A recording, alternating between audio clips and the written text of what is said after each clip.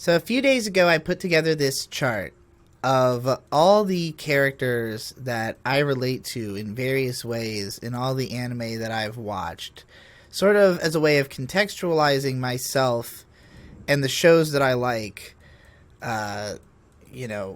together. And I created all these categories that I grouped all these characters into. It took forever, as you can imagine, given the sheer size of this chart. And I posted this on social media, intending to eventually explain it in detail, which I'm going to do in this video. It's going to take a long time. I also added more characters to the chart from my initial posts. But before I actually talk about any of the ones in this chart, I created a second one that I'm going to use to contextualize the rest of them. These are the characters I never wanted to be like. And these are all characters that I relate to in some way, either in that at some point I felt similarly to them, or that I see them as like negative potential possibilities for someone with my personality or outlook. You know, people who are driven by, negative thoughts that I have had, or who have bad habits that I have had. And, so these are not people who I would say I relate to in the sense that I feel like I am them. I am not, and nor do I think that I am at risk of becoming them, but these are like the habits that I've like had to break as a human being. So the number one character that I've always connected with for all of their negative aspects is Izaya from Durarara, who is just purely manipulative. But in order to be effectively manipulative, he also knows everything going on with everybody. He's fully aware of everyone's secrets. He knows about everyone's identity. He's super interested. He's always investigating. He's always trying to collect perspectives. He wants to know everything, but he doesn't want anybody to know him. He doesn't want anybody to know his intentions. And even his intentions are essentially just to create chaos, like to just go through, go to different communities basically and make them fight each other and just like weaken the state of weaken the sanity of society, their ability to contain themselves and turn the place he lives into a battleground, because he thinks it will allow him to reach Valhalla. He is a troll through and through. That is all he is, all he does. And if he has any true sense of identity, I don't think he can recognize it. So this is the person that, I see as if I, for some reason, just outwardly hated everyone around me, or just thought that their existences only mattered to me insofar as they could further my goal of manipulating them.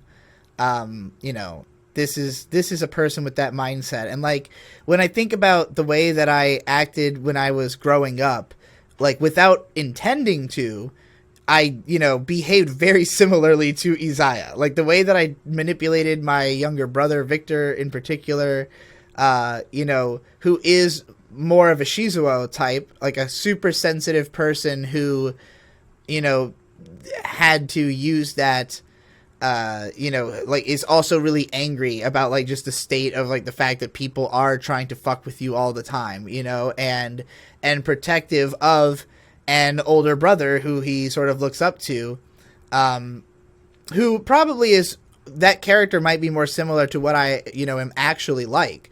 But Izaya is representative of all the worst ways that I've been, and the person I try the hardest to not be.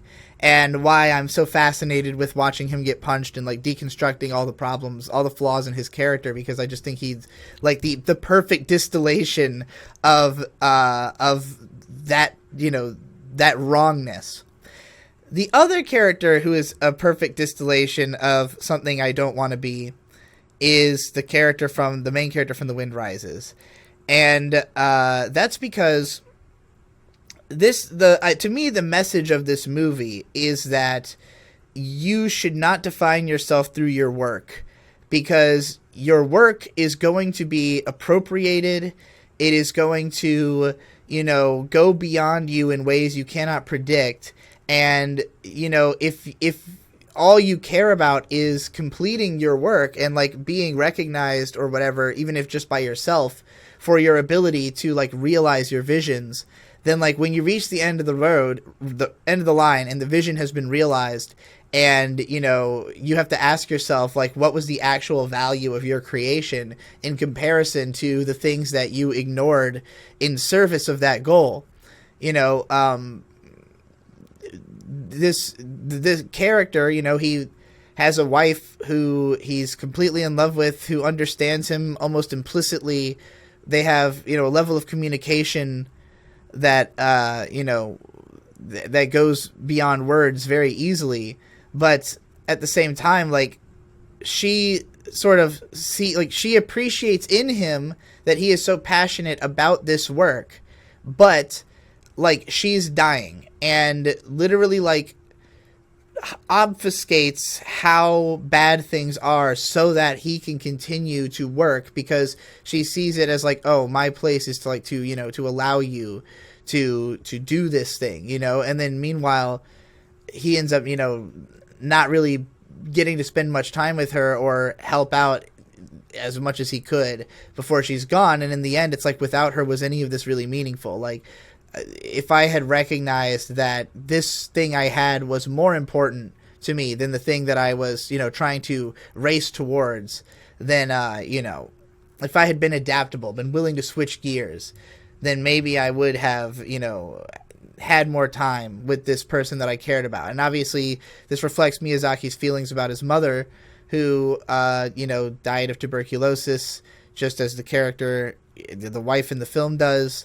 And he probably didn't get to spend much time with her because he was so busy working his way up through the anime industry and busting his ass for, decades trying to become this famous director. And at the end of the line, his legacy is, it's something that's not even really in his control. So, just a reflection on what was missed out on. So these are like the two biggest things that like I hate about myself: being a workaholic and being a manipulative asshole. But these two characters are like kind of extreme portrayals of those things, and kind of easy to avoid being that way because I know about these characters. And so as we move through, we can see kind of refractions of these things, where like Haruko from Fooly Cooly is also extremely manipulative. Using people's emotions to get them to move towards her goals.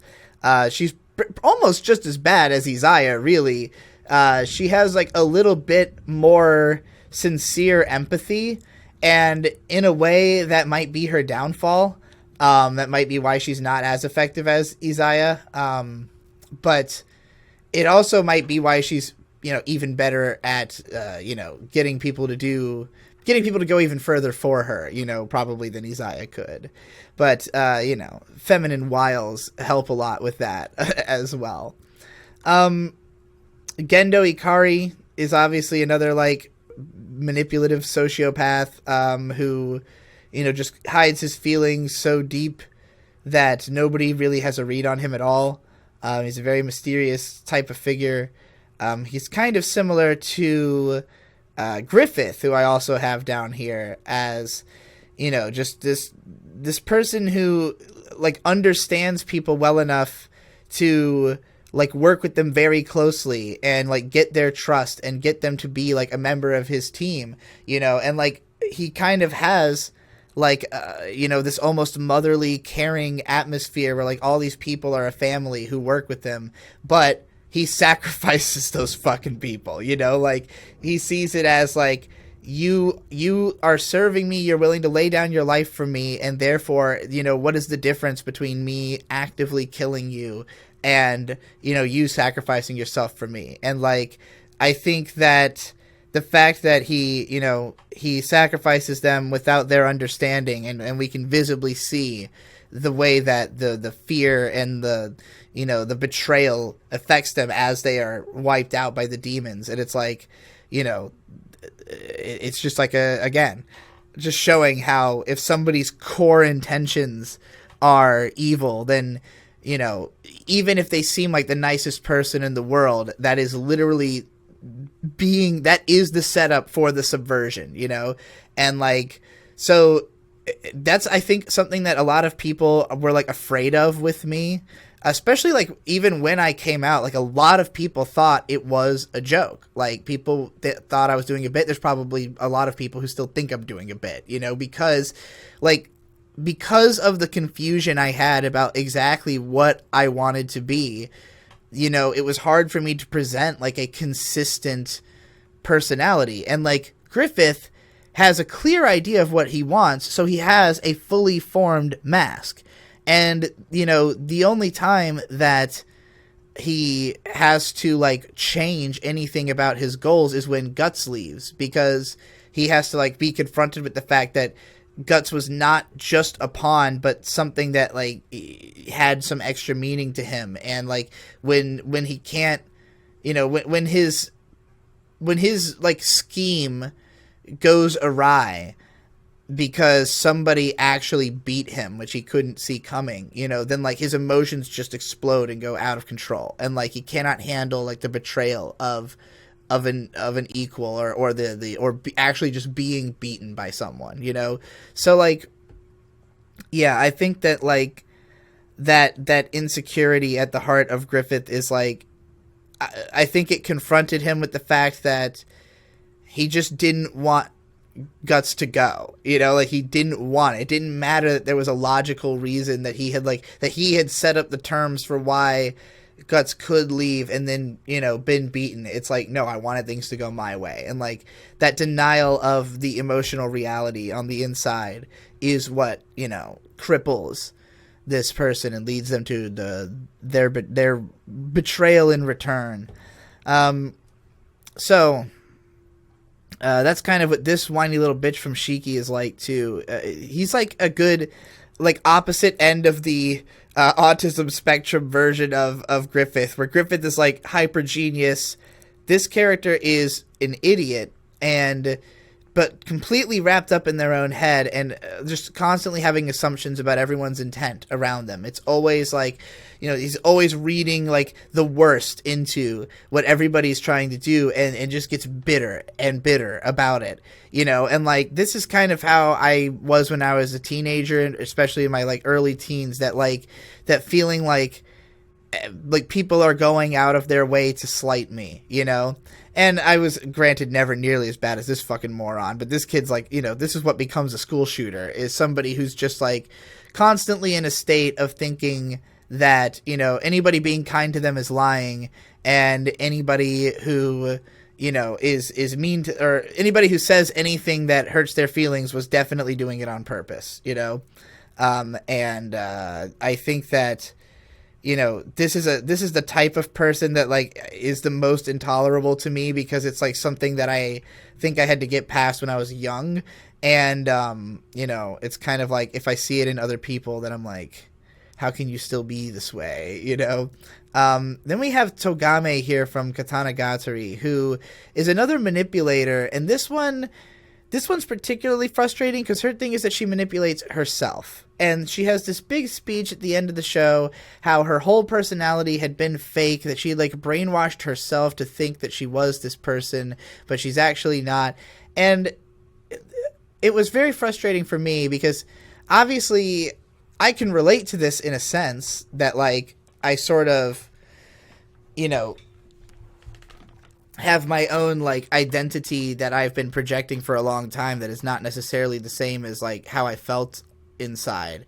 But like, the problem with it is that she is insincere about this, that like she convinces herself that she's manipulating herself when she's actually just being sincere. Like, the concept that it is a self-manipulation only exists for the purpose of justifying the, you know, the idea of the action ultimately being not a result of her intent, you know?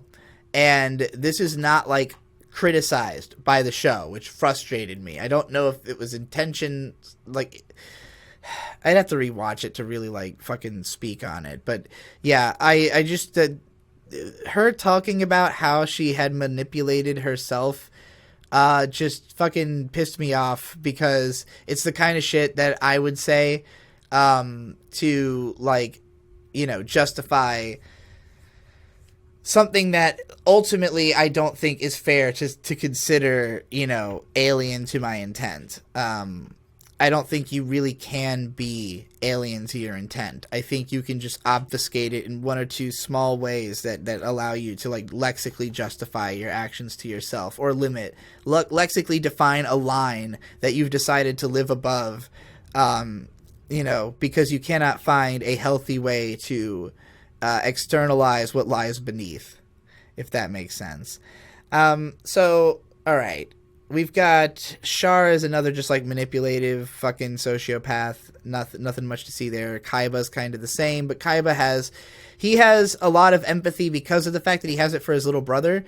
And I always related to Kaiba when I was a kid, but I think I saw Kaiba more as a hero than as, like, I was always, like, I thought Kaiba was my favorite character in Yu-Gi-Oh! I was never not on Kaiba's side.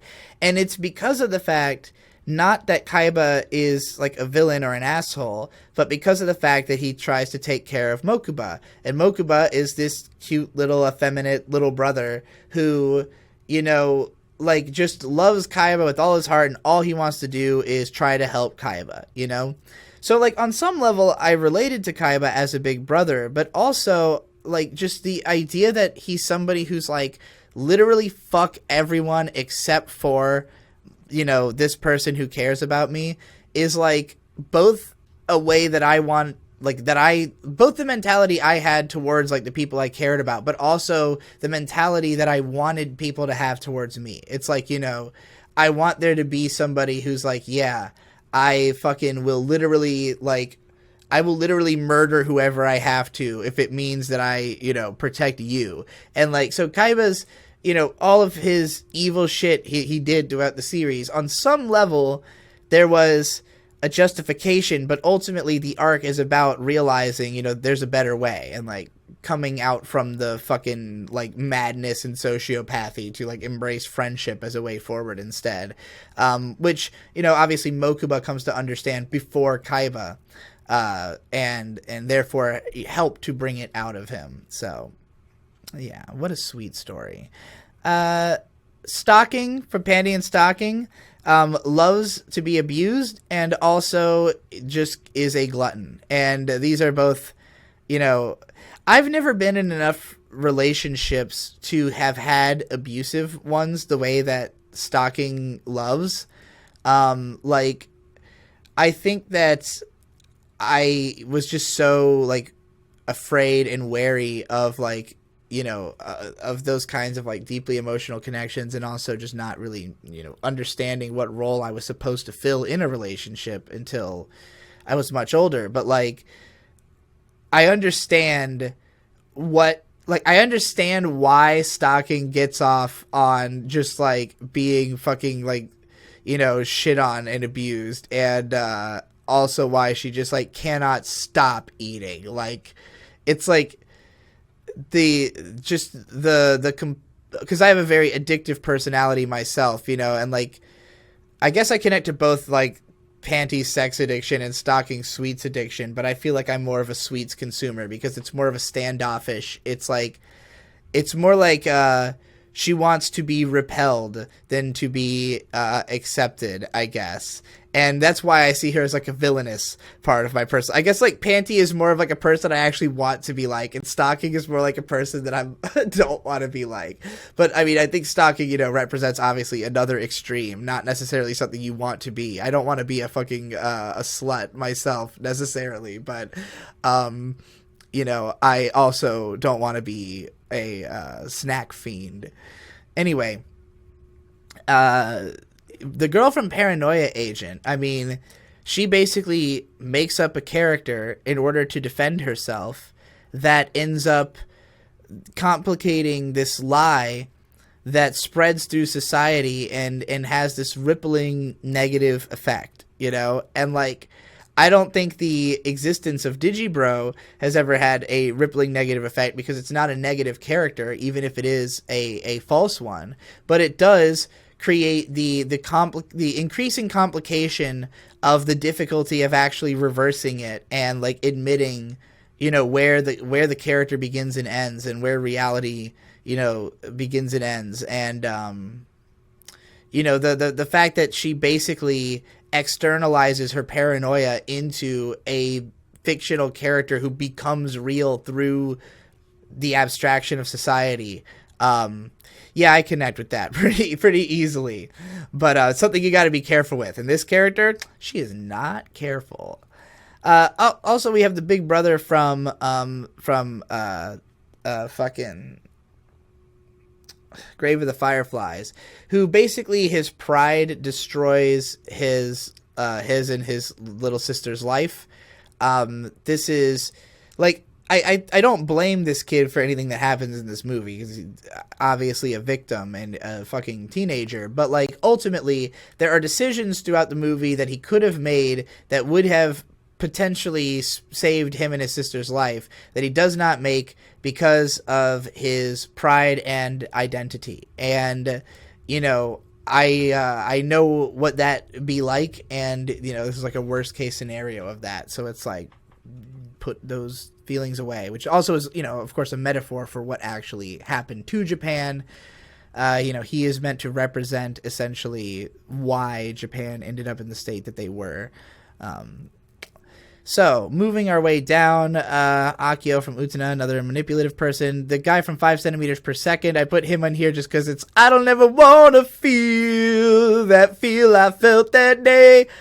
Onsokumaru here from 2x2 Shinobuden is just like basically the most new type character that's ever existed. Like, if you think of all the like wacky, obnoxious characters like XL from XL Saga and all that, Onsokumaru is just the most of that it could be, because he's just a white ball that can transform into anything, and voiced by Norio Wakamoto, and just spastic and perverse and all over the place, and just like, and like has like the brain of a child literally. And so like they're just crass and awful and a pain to be around, and all of it's funny to watch in a show, but like this is like, it's like if my like autism was just unchained and I didn't know any social cues, this is what it would be like, and maybe what it was like when I was at the lunch table as a kid, Krauser the second here also kind of takes me back because of the fact that I really connect to the idea of this character who literally just wants to be like, all he wants is to be a Swedish pop musician and play like, and the fact that it's specifically Swedish pop, like Sweden has this aesthetic style called Hig that's like this warm, comfy, yarn based, like think like Yoshi's fucking yarn game, like, or Kirby's yarn game even, like those are very Hig aesthetic games, and like the like style of music that corresponds with that is essentially what the main character in this show wants to play, and he wants to date this like trendy cute girl and listen to this type of music with her. But like inside of him is just the metal devil, and it's because of the frustration he has at being socially awkward, at like not being able to accomplish his his goal of being this Swedish pop musician, because he doesn't understand what he needs to do, and like his inner feelings better externalize themselves as just pure hate and fucking terrorism. And so he's worshipped as this god in the metal world, but he completely has no connection to that identity and does not want to be the metal god, So like essentially Krauser is in a way how I feel about Digibro, except that I actually appreciate, because of the fan outreach, that I am like that is a cool character that does reach people. So I'm not as closeted and ashamed of myself as the main character in this show is, because I feel more connection to the character I'm putting on. But and also I love metal music, so. But I do like, even as, it's funny, I did this collab album with Zen Huxtable, and he sent me like like I had basically sent him concepts for songs and then told him to like interpret that and I would sing over it. And he sent me mostly like kind of beats or like rap beat oriented type music because I understand like the thinking is I'm a rapper because I've done lots of raps. But like the reality is that I rap kind of because it's a style that like I can do easily because it's easy for me to like understand how to fabricate the persona of the rapper. Like I get how to like, just in the same way that Krauser is a completely inauthentic, you know, caricature of a like insane death metal god. You know, I know how to be a caricature of a rapper to some extent, but like I'm also like a meta aware version of it because like it's obvious that I'm not really that. So the fact that I'm like simultaneously playing into the stereotypes of it, but also addressing the distance that I really am from it, you know, but like all of this is essentially a replacement for if I was just singing emotionally, which would not come off this way. It would come off as like emotional, you know, like singing music. Like it would not be this like intense, abrasive alter persona that I have to dive into. But like that's because I have a greater emotional range than the main character of Detroit Metal City, who really hasn't opened his mind very far to the possibilities in his life.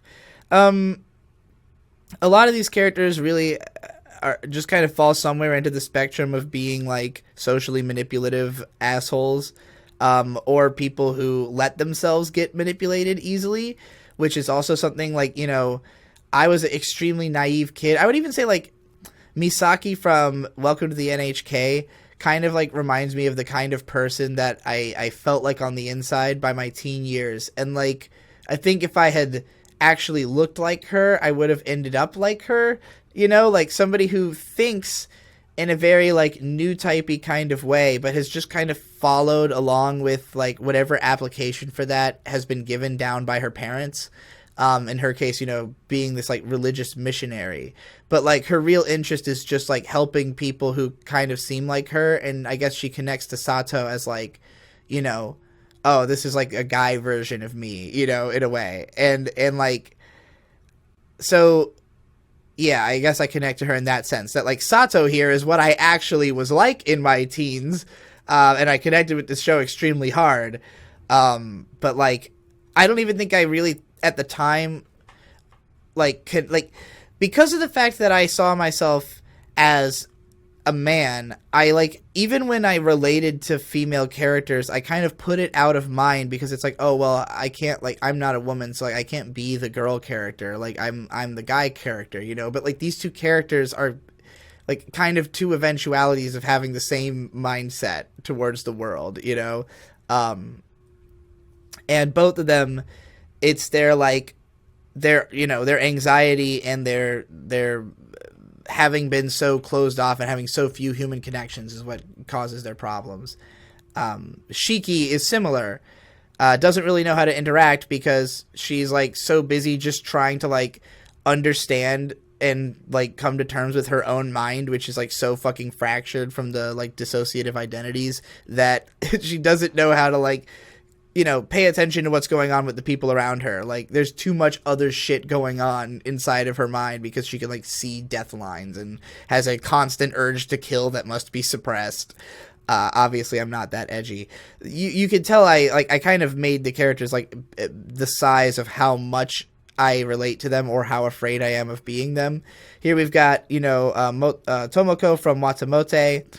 I feel like I would have connected with Tomoko more if I had been born a girl because of the fact that like, or maybe I wouldn't because maybe I wouldn't have had the struggles that she has because like in Tomoko's case, it's like she sees things that are cute, understands that they are cute, and then is like, I don't understand how to replicate this even when I try, and I don't know how to ask somebody for help.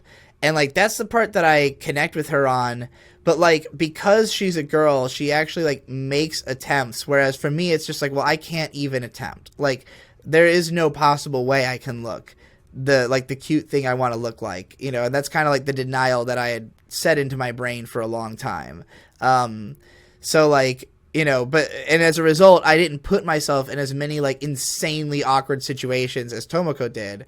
Whereas I think she relates better to Mei, as somebody who is confused, I think, because she doesn't, I think that Tomoko is confused because, like, she's seeking things that are, like, cute, but, like, also trying to, like, reflect that in herself.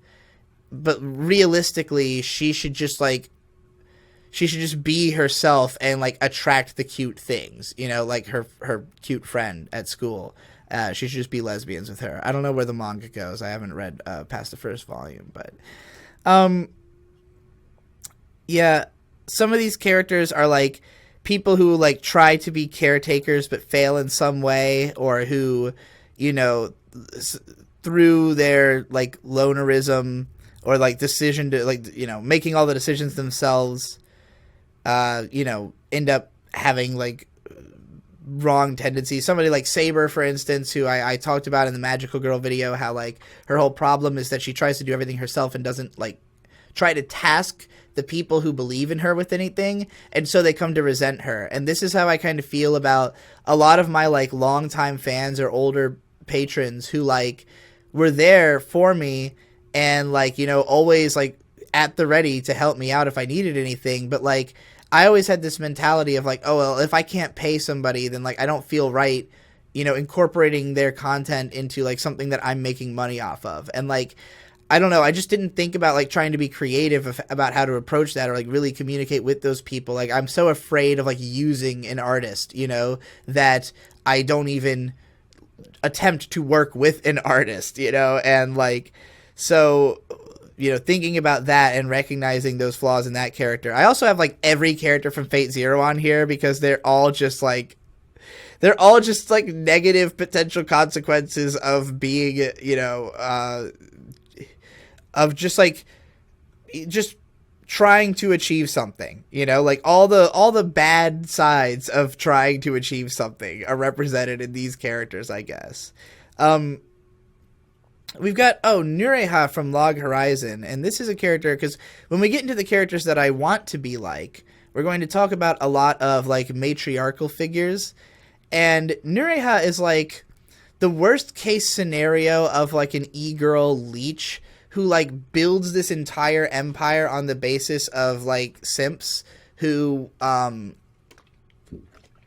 will just, like, follow her orders, and she kind of is, like, I consider her to be a metaphor, like the way that she's staged in the show. She is a metaphor for a communist nanny state. Like what she runs is like essentially a hive colony, a place where everybody just follows the commands of the queen, and life is good there.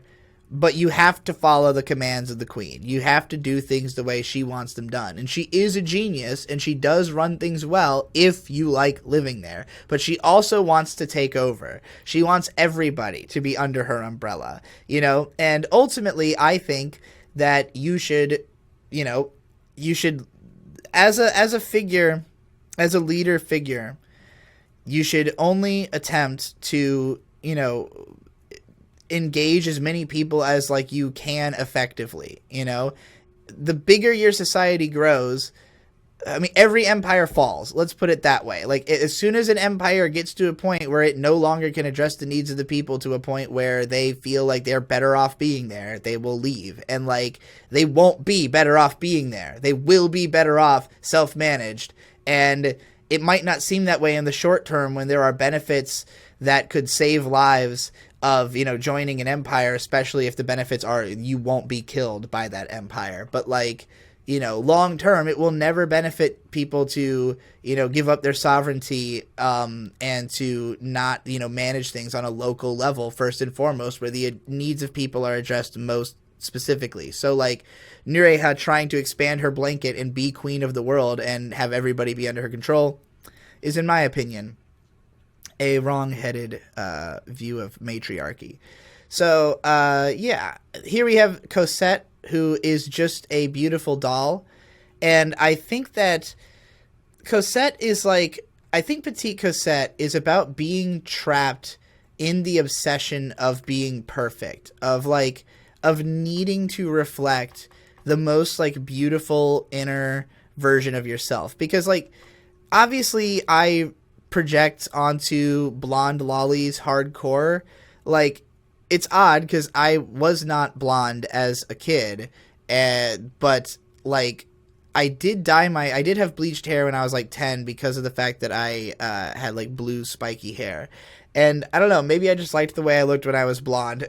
Or maybe I just think that I wish I was blonde. I have no idea. But when I look at like blonde-haired, blue-eyed lollies, because I do have big sparkly blue eyes, I always think of like, oh, that's what I look like in my own mind. Also with white hair. Like blonde, white hair, any kind of just like bright, poppy hair.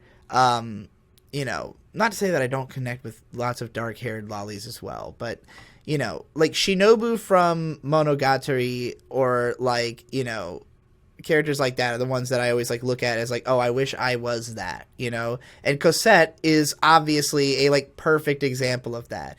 But the thing is that Cosette was murdered. And the painting is an immortalized version of what she was at that time. And she had to be murdered to be preserved, you know, in the psychotic mind of the painter. So, like, you know, the real one was eventually going to become imperfect. So the fake one had to be preserved in this painting. And, you know, the main character of the show becomes obsessed with the painting in a similar way, but ultimately has to destroy it in order to move on. And this is an interesting metaphor for me because on the one hand, you could look at it as like an endorsement of repression in the sense that it's telling you like, you know, don't be obsessed with this thing you think you have to be. Just be, you know, be who you need to be, you know, or who you are. But like, for me, it was more like I realized that the only reason that I had been holding myself back from embracing my identity as a woman was that I wanted to be a beautiful woman. That like I didn't feel like I could ever start dressing like a woman unless I lost weight and like, you know, I don't know, learned how to wear makeup or, you know, just change things about myself. You know, mostly it was just a weight thing, but like, because I already look very effeminate, but like you know, and also I was really insecure about getting tall because like growing up I was super short. And so like I think that might have been, whereas the weight thing is like I could change that. I could not change the fact that I couldn't be small anymore, you know? So like that's why I project onto lolly characters, because like, oh, I wish I could be small again like that. But like, you know, I was able to move. It's like I cannot be small. I cannot be you know, a blonde lolly, and I cannot be immortal. You know, like a lot of the blonde lollies that I love are also like, it's funny because in the case of, you know, Shinobu, she is immortal. Mina Tepe's vampire immortal. You know, like I like these immortal vampire lollies because of the fact that like, you know, I also don't want to die. I have a complex about that. So it's like a great multi-layered projection, you know, of something, of wish fulfillment. But like, that's what Petite Cosette is criticizing. It's like you have to move on because you cannot keep projecting your own inner desires onto this image, you know, this image that is not you, and is, in the case of Petite Cosette, like in the plot of the show, it is an image of a real person. And essentially her soul has not been able to move on because of the fact that she was murdered, you know, so aggressively in the service of the creation of this version of Cosette. So like, you know, the false Cosette that has been preserved in the image has to burn in order for the real Cosette's soul to be let free. And that's why Petite Cosette is dope as fuck.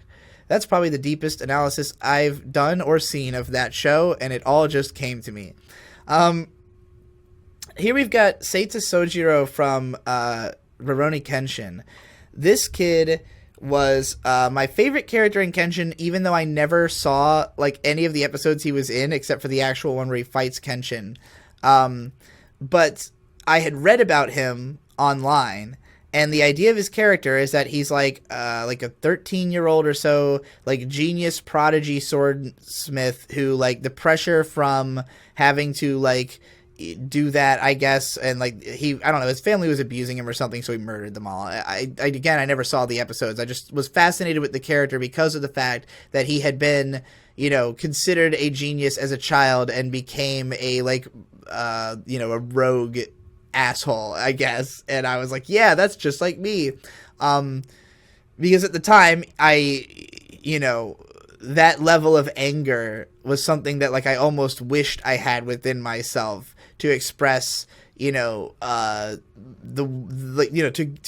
to express my feelings of reciprocation towards what the world was doing to me. But I never was sincerely angry the way that this kid was, so I see the fact that I ever connected with him as problematic. So that's why he's on the list. We've also got a bunch of characters who are just lazy. Chitose from Girlish Number is like the worst case scenario of like total Dunning-Kruger, believes she's amazing for literally no reason, has no concept of how hard other people are working, thinks that she's like giving it her best when she's really giving it her worst. And like that really is something that has to be beaten into her and she has to learn. And I've been there. And the director from Shirobako, where even though he has made successful projects, he has been disciplined before, he is such an emotional guy that like even in his position, even being a decently good director, he still has to be like strong-armed and fucking forced to finish things and like to actually do work. And I'm probably more like him than people even realize. Like, I don't think people understand just how badly I need to be like forced to get in the fucking robot, if you will. Shinji's not on here. I guess I don't regret being Shinji, because he's a good boy by the end,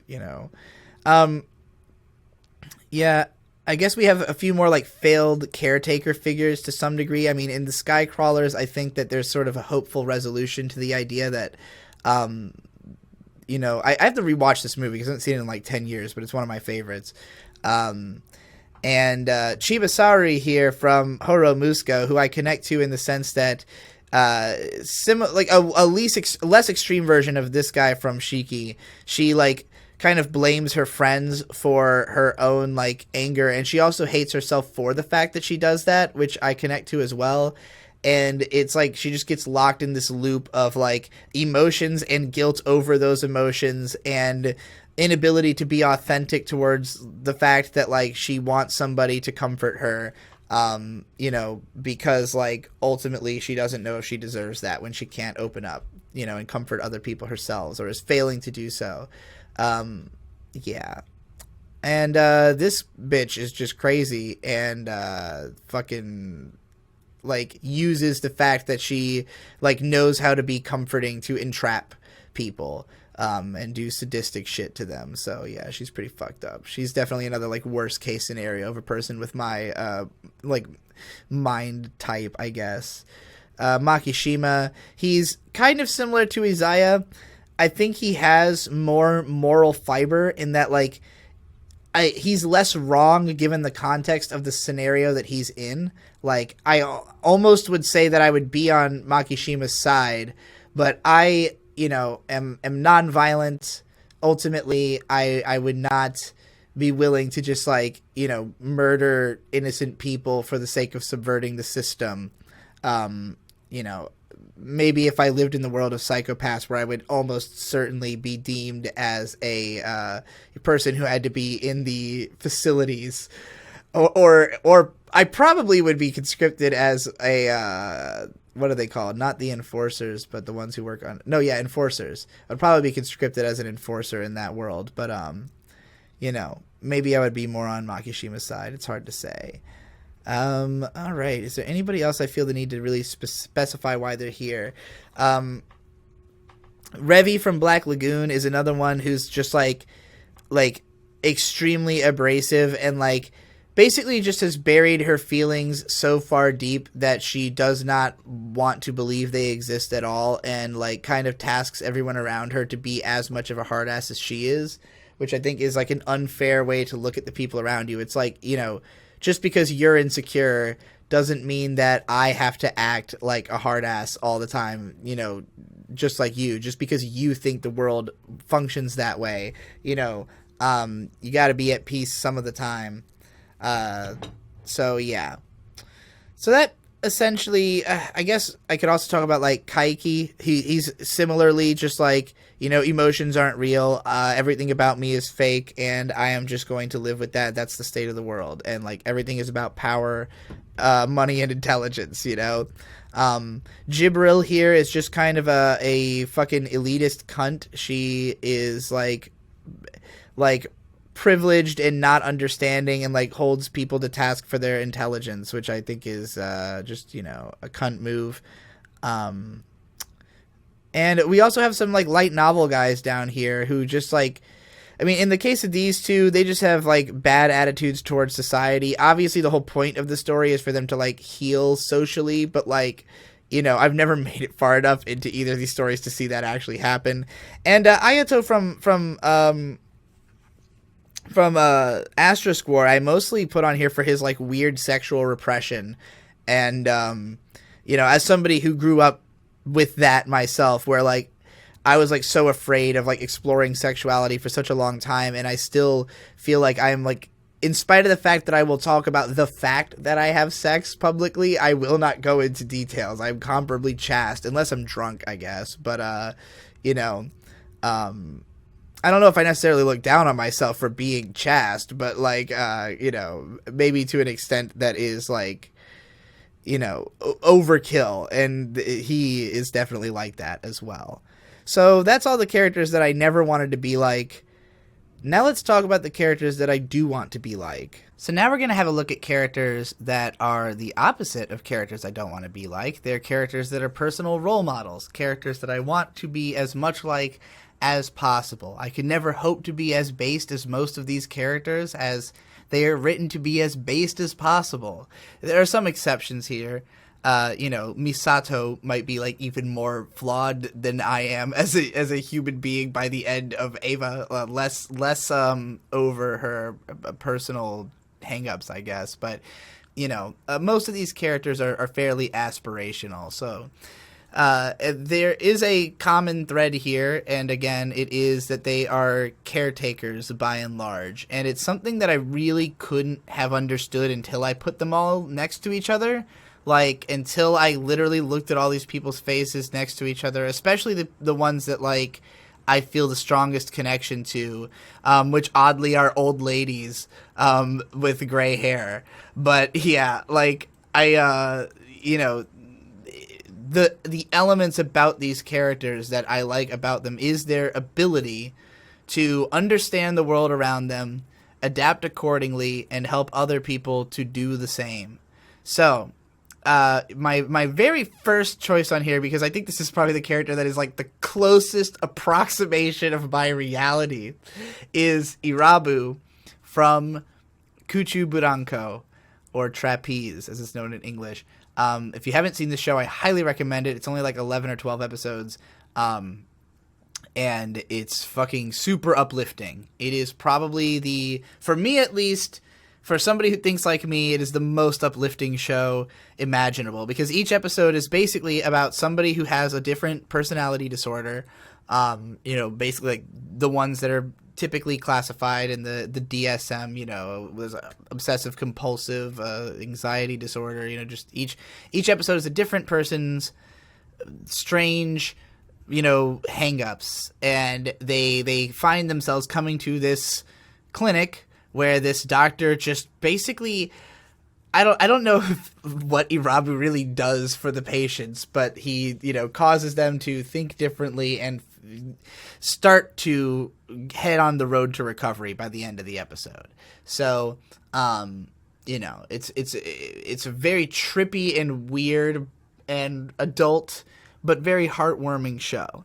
And Irabu has 3 forms that they sort of just shift between, like, in physical reality in the show, because the show has like a mixed media art style, so everything kind of is shifting all the time anyways. But Irabu will sometimes appear as a, like, a young doctor who is like, I don't know, maybe in their 20s, who's like kind of a pretty boy, seems kind of like image obsessed and kind of like dramatic.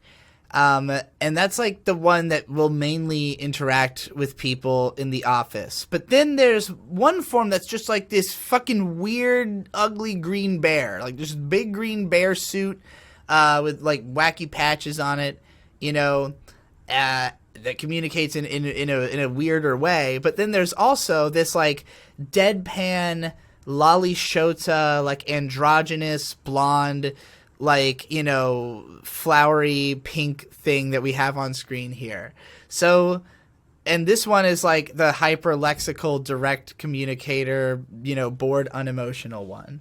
So like this is, you know, I mean, like obviously there's a id, ego, super ego metaphor we can make here. You know, I don't tend to think of myself in terms of threes as much as just two. You know, in my mind, I don't feel like as much separation in my life, I guess, because I kind of try to be the same person in all different scenarios, which limits the, you know, it limits the scope of, and ordinarily it would limit the scope of your social interaction. But if you're somebody who puts yourself out there to such an absurd degree that you find people who actually will accept you holistically, and you only like try to communicate with those people, you know, or at least close enough that the blanks between it is not like upsetting to you, you know. I think that's difficult for a lot of people, but that's the kind of person that I want to be, you know. And for Irabu here, their efforts are dedicated to helping other people get through their hang-ups. And similarly, the main character from Mononoke I also put in here as somebody who I would consider an aesthetician of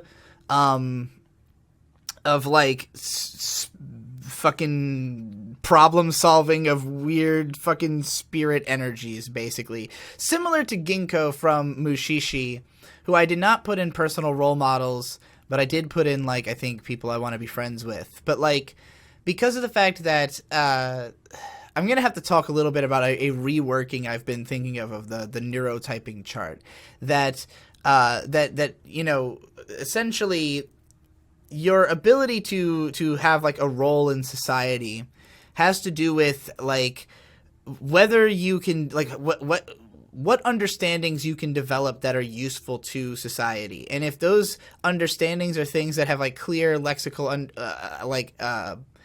like descriptions that you understand, then that's like a technician. And if it's something that is only understood by people who have a like more, you know, what we might call spiritual or just impressionistic or, you know, emotional understanding of these, you know, I use these terms interchangeably because they're all kind of metaphors for each other in a sense, you know, like somewhere at the intersection of that is a character like the medicine seller here, who like understands situations in a way that cannot be explained to people without causing them to have an experience which will strip away their insecurity and force them to face the reality of their past, you know? And so he's like honest to a point that it is extremely terrifying and fearsome to the people he has to deal with, because like in order for him to help them, they have to be honest with themselves. And that is impossible for a lot of people, and it will tear them apart trying to do it, you know? So it's, in a sense, having someone break through all your barriers in a way that you actually feel is like a Cthulian experience, you know? And for me, I kind of mentioned this in the latest Befriending the Internet, that like, I think part of the reason I gravitated towards anime is that films are like overwhelming emotional experiences for me. Like, there's too much to take in. And so, like, the amount of time I would spend decompressing that afterwards emotionally will, like, make it difficult to move on, you know? Whereas with anime, I'm more interested in it in a metatextual sense, where, like, a lot of the emotions I feel towards the show are about things I think about, as opposed to things that are, like, a part of the experience, like bringing emotions directly out of me, but like emotions I'm sort of choosing to have in a way, so yeah, that's like, I don't know why the fuck I'm explaining that, but yeah, the medicine seller I consider an aesthetician, somebody who, who is a counselor, not unlike Irabu, but whereas Irabu takes a more standoffish approach and is kind of like, here, just like, do this and I bet it'll fix you, whatever. Medicine seller is like, I am going to literally like peer into your soul and you're not going to like it. And like, you're going to probably hate me because like, I cannot help you in a way that you're going to like, So yeah, that's also cool as shit. Motoko Kusanagi here. I mean, Motoko, I feel like it would be impossible not to connect with Motoko if you've had any kind of, like, experience of, like, just questioning your identity in any way. Like, having to deal with the thought of, like, recognizing yourself, like, your original sense of self, and, like, wondering if it is... wondering if it has transformed in the process of your body changing. And, like, in Motoko's case, it's very literalized because she, like, is pretty much a full cyborg. Like, there's no part of her human body remains except for the abstract sense of self that was constructed when the memory, the things that the shape of her brain was transplanted, into information in a cyber brain, and has continued to have information be built on top of that. But like, is that enough of your original self to like conclusively consider yourself to be the same person, when your entire body factors into who you are? And like, her being so cyborgized is what has allowed her to have like, better understanding of the internet and what it means to be a cyborg than anybody else. And like, she has, throughout the manga, she's like continually at the forefront of not just like participation in, but development of like the technologies that are pushing the internet into like abstract levels that are fucking difficult to even like parse when you read about them in Ghost in the Shell 2.0. So like, she's kind of the ultimate new type. And if you watch like Standalone Complex all the way through to the movie Solid State Society, she literally like becomes able to host multiple bodies at the same time, and like has this, like it takes on different identities with the different bodies, because like, her insecurity throughout the show had been like, I always choose the exact same body because like I want to continue to preserve as much of like the original person that I was as possible. But like, now that she feels, I think, more comfortable in the like idea of her sense of self, she's like, okay, well now I'm willing to like expand myself out to like encompass more, and so and it's all in service of being able to protect humanity through solving deeper and deeper, problems with direct action. So, yeah, she's kind of got like a lot of both like positive feminine and masculine traits. And she's presented as like bisexual. She's presented as kind of non-binary, and also just like, at the end of the movie, she becomes a lolly. At the end of Solid State Society, she has male bodies, female bodies, just all kinds of them. So like, yeah, I really admire her ability to like have such a strong sense of self that she can project herself beyond even one physical body, even at a point where like so little of her original self remains, but like she's so confident in like the core ideal that was guiding her, childhood self, that like she has preserved that at least, and that is like enough, to feel a confident sense of self in the wake of, the deconstruction that she faced at the hands of the puppet master, or whatever the fuck happened in the show that I don't remember. So Sana Kurata here from Kodocha is like 10, but she is the most compassionate, badass, hardworking, like overachieving person that there is. Because she's famous. She has like, she's a character on a show about like being in school, and she also like, the show like bounces between, her life as a star and her life as just like an ordinary school student who is also an overachiever at school, and whose mom is like a fucking BPD new type writer who is just like completely unfit to give her any kind of normal advice. And so like she's basically taken everything onto herself to just like live up to everything she could possibly be, and also help other people at the same time, and also like involve herself in like things, and try to navigate what she feels more responsible towards, like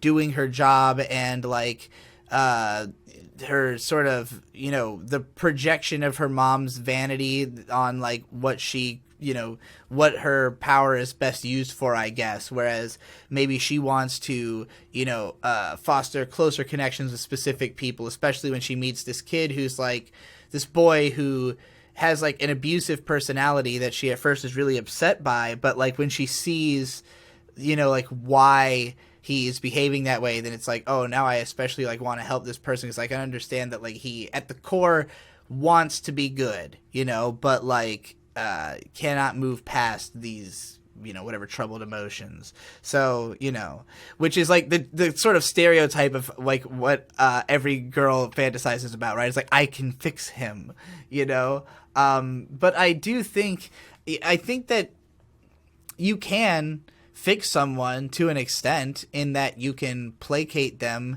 to the extent that you are capable of doing so for the duration of time you were able to do so.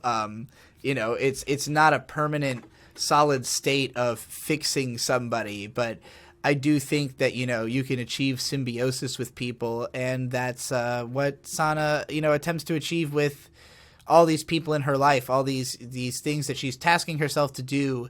But like it's the reason it's so difficult is that like the rules are more complicated than they might seem, and you have to really spend a lot of time putting a lot of effort into navigating that at the expense of yourself, in service of people who don't appreciate it, but her willingness to do that is something that I find admirable, even if maybe she should scale it back and think about herself more.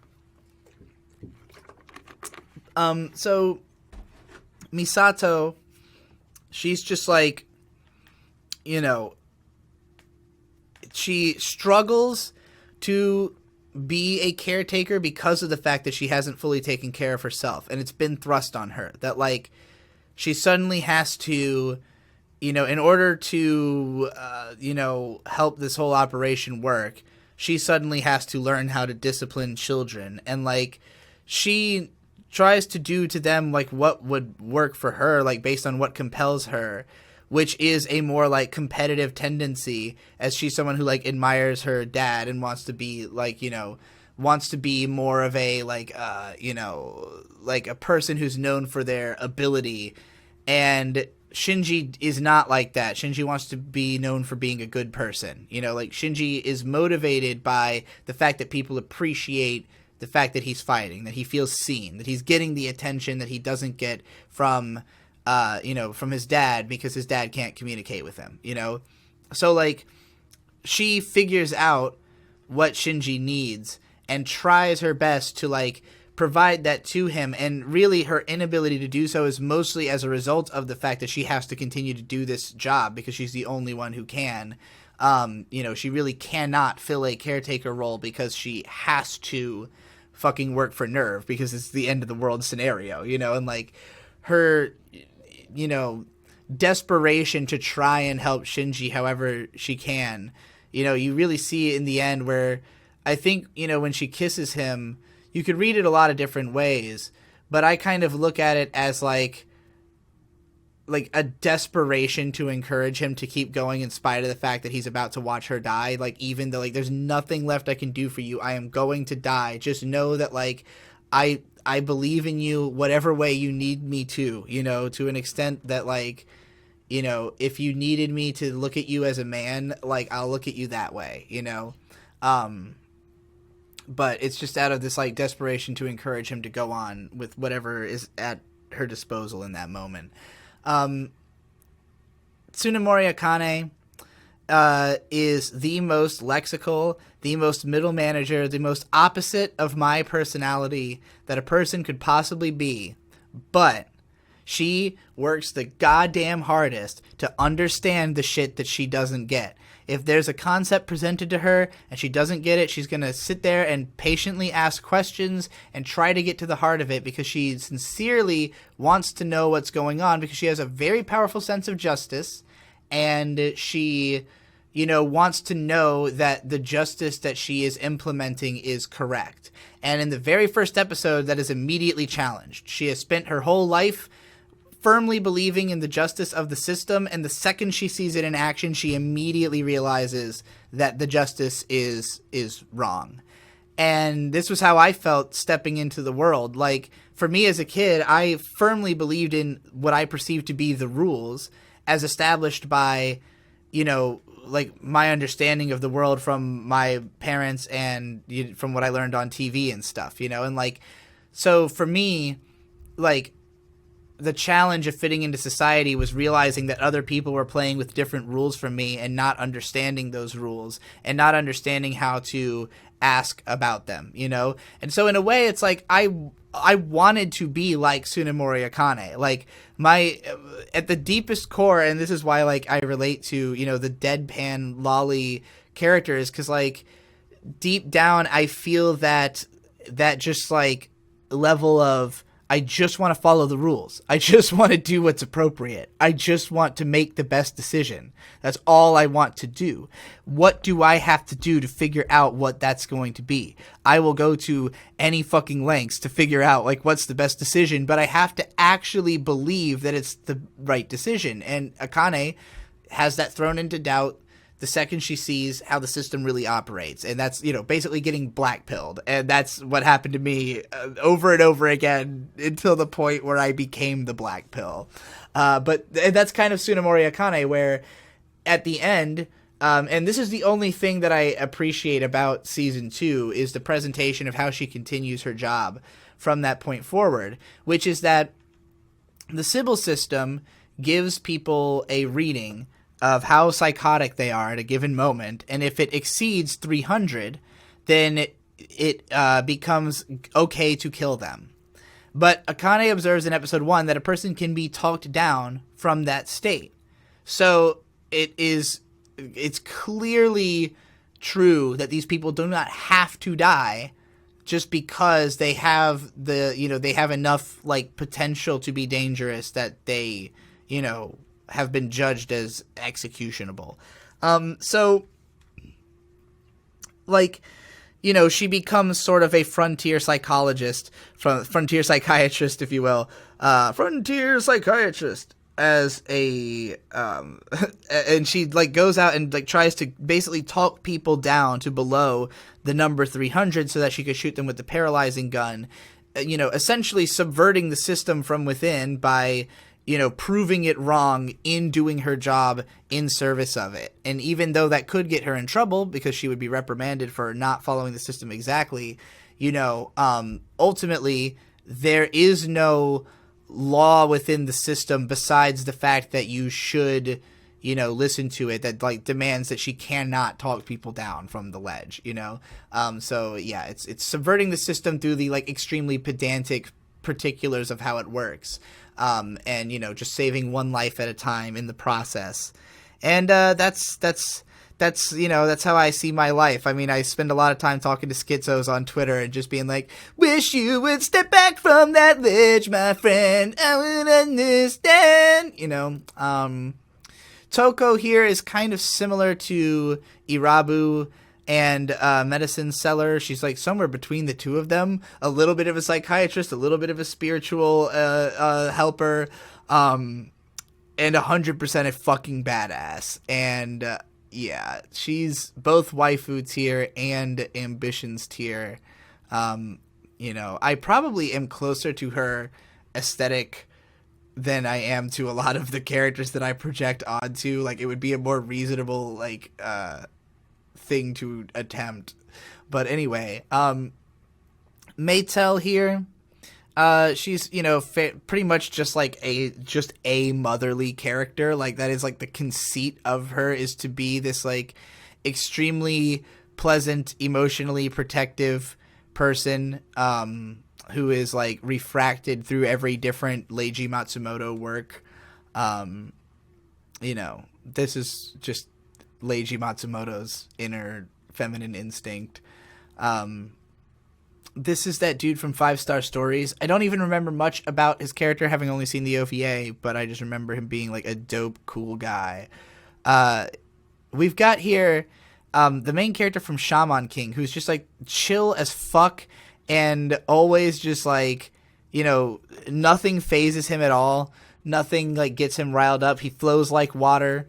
You know, like he's kind of like Spike Spiegel, but even more of like a hippie.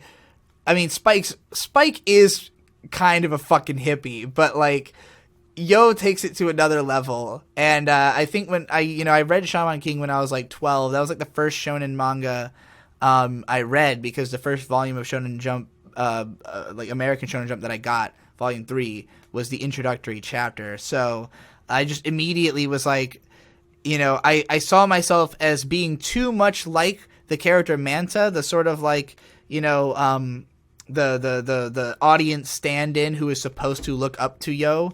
And like I saw myself as somewhere in between them on the spectrum, but ultimately closer to actually being this character and wanting to be even more like this character, you know?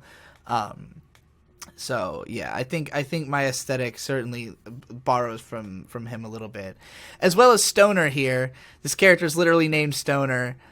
He runs the magazine, the countercultural magazine Ray Out, which is the like basically lifeblood of the culture of the Gecko State. The ship that the ship and crew that are like basically the main characters in Eureka 7. They are like a subversive, like basically like a terrorist group, I guess, who is like trying to subvert the evil government that is you know, has this crazy plan to fucking harvest humanity or whatever. And so they're all like into spiritual hippie shit and surfing, and like most of them are just like kind of, you know, bros who just like want to surf and be cool and down and like steal shit from the government and fuck the system. But Stoner's the one who's like, you know, really knows like what the final goals here are, you know, like he's got his eyes on the big picture, and he's also the photographer. He's the one who, you know, organizes the magazine, gets the messages out to the people, writes the articles. You know, he is the voice of the spiritual voice of the Gecko State, and I hope to be so based as a magazine kind of person myself who wants to make my own zines. So here we've got Kaname from Log Horizon, who is also Shiroi, the main character's sort of role model, in that she is like, she just follows her instinct purely, and you know, is very able to rely on the strength of others, or even just her impression of others, in order to give her ideas. She's just like super open to experiences, and you know, that's like the opposite of me, and the way that I most, you know, like the like, again, extreme version of something that I would like to incorporate better into myself. I guess I could say something similar about Belladonna of Sadness here. She ultimately becomes like the Great Grey Witch, and I definitely resonate with a lot of like witch kind of, you know, imagery.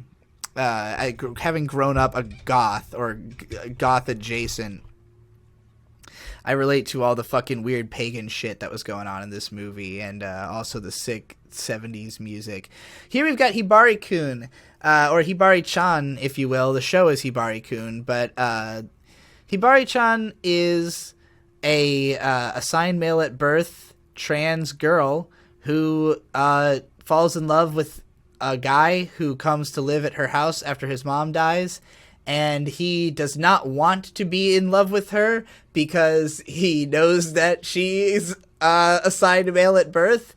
And she does not care because she knows that he likes her, and she is going to, you know, she's going to make him admit it. And it's fucking great. It's a super adorable show. But, like, the author has straight up said that, like, all of his art is born out of his desire to have been born a woman. And Hibari is an escapist fantasy about basically, like, what if I had been able to pass as a kid and, like, went all in on it? Like, what if I had just been, like, you know, such a beautiful, effeminate boy that I could get away with just saying I was a girl and living my life as a girl and, like, living up to my own, like, idea of, like, what are the strengths of femininity. And, like, Hibari is presented in such a way where, like, obviously the author is thinking very hard about, like, specifically feminine traits for Hibari to have, but it is not strictly, like, just that she's perfect in every way. Like, she also has, you know, she has certain weaknesses that also play into, like, her approach to life, which is, again, hyper emotional, hyper, like, attentive and aware and manipulative, but in a way where she's, like, trying to work towards the intentions that she knows you have that you won't admit, you know? Like, she understands people in a way where she gets what they're thinking and not say, or not what they're thinking, rather, but, like, she gets where they're coming from in a way that they themselves don't. And so she's able to, like, subvert their ambitions by, like, appealing to their real intentions as opposed to what they're projecting, you know?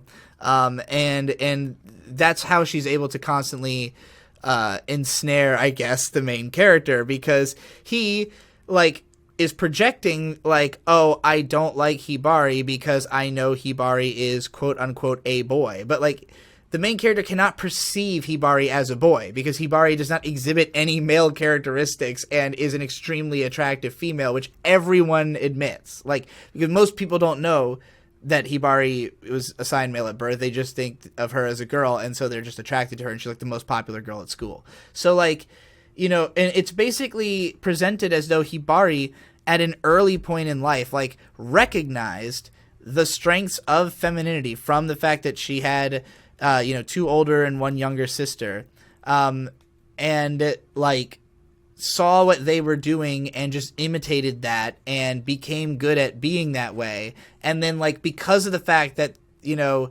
she's very attentive to the way that boys aren't like that, then it makes her lean in on the feminine aspect even more. And in a way, I think the reason she likes the main character is because of the fact that he still likes her even though he knows that she was assigned male at birth. And she has, the only masculine trait she has is, like, being extremely strong, which is more a result of being, like, a Yakuza daughter and, like, you know, taking no shit, which is kind of, again, like a tomboyish trait.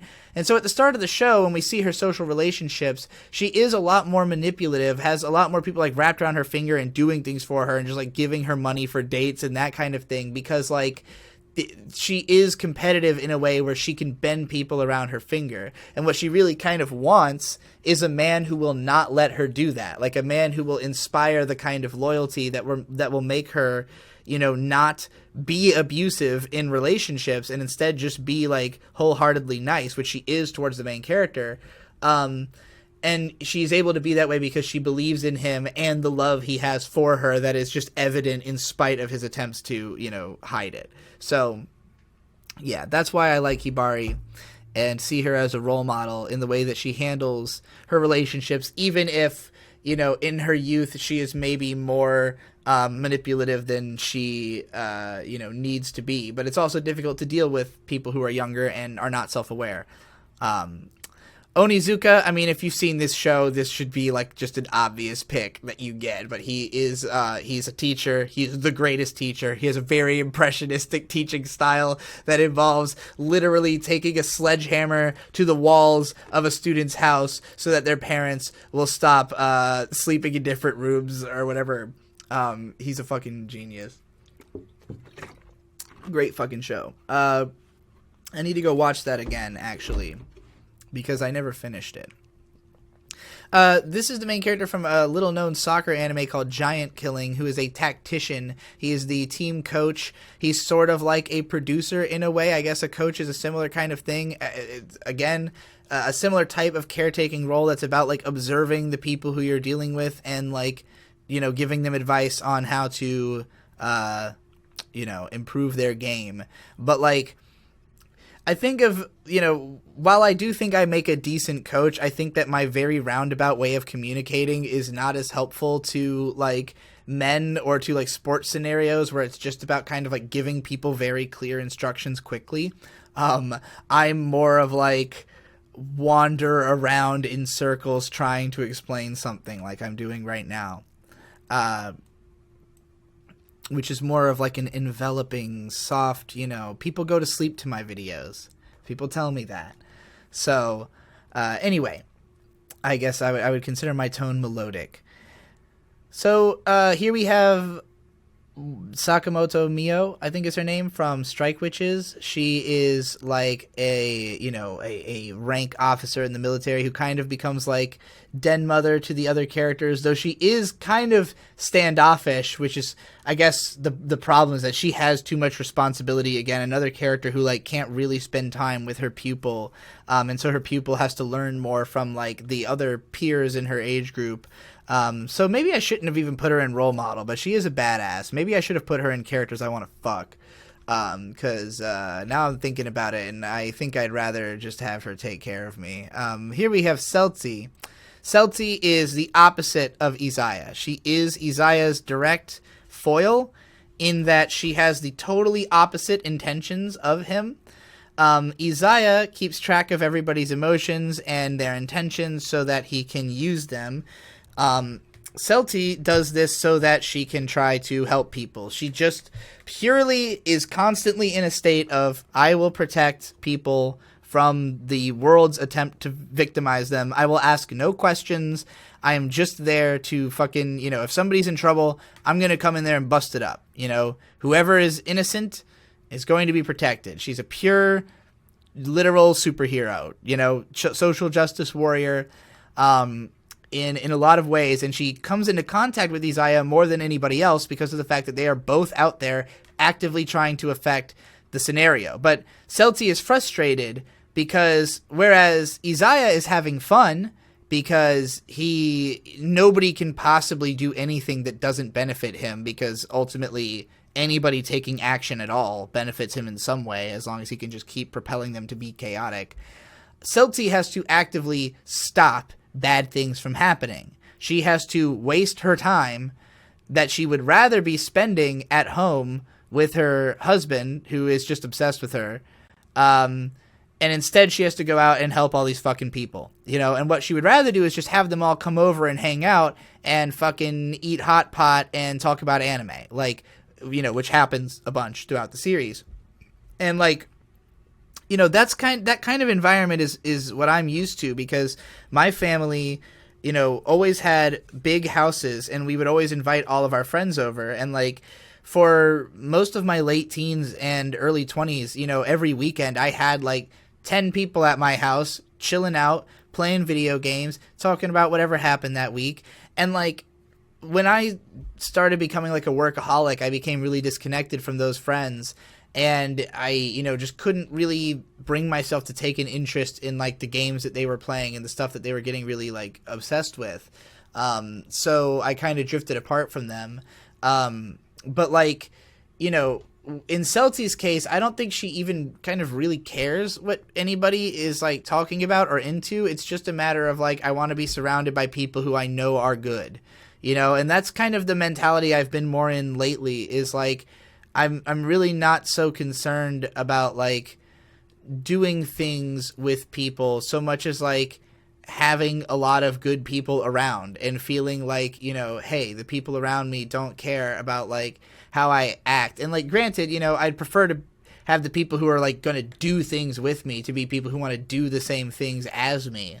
But like, just even knowing that I have like the contact and connections of people who are, who I know are good. And that kind of brings us to the next person on this list, which is the grandma from Summer Wars, who I kind of put as like my biggest fucking, I guess Motoko's really big, but that's just because Motoko's perfect. Like, everybody should have her as their biggest influence in life.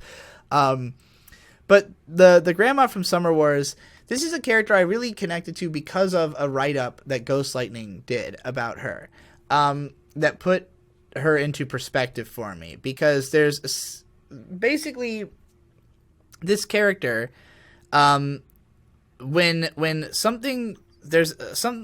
major event starts happening where there's like a giant cyber threat that is like going to cause like mass annihilation.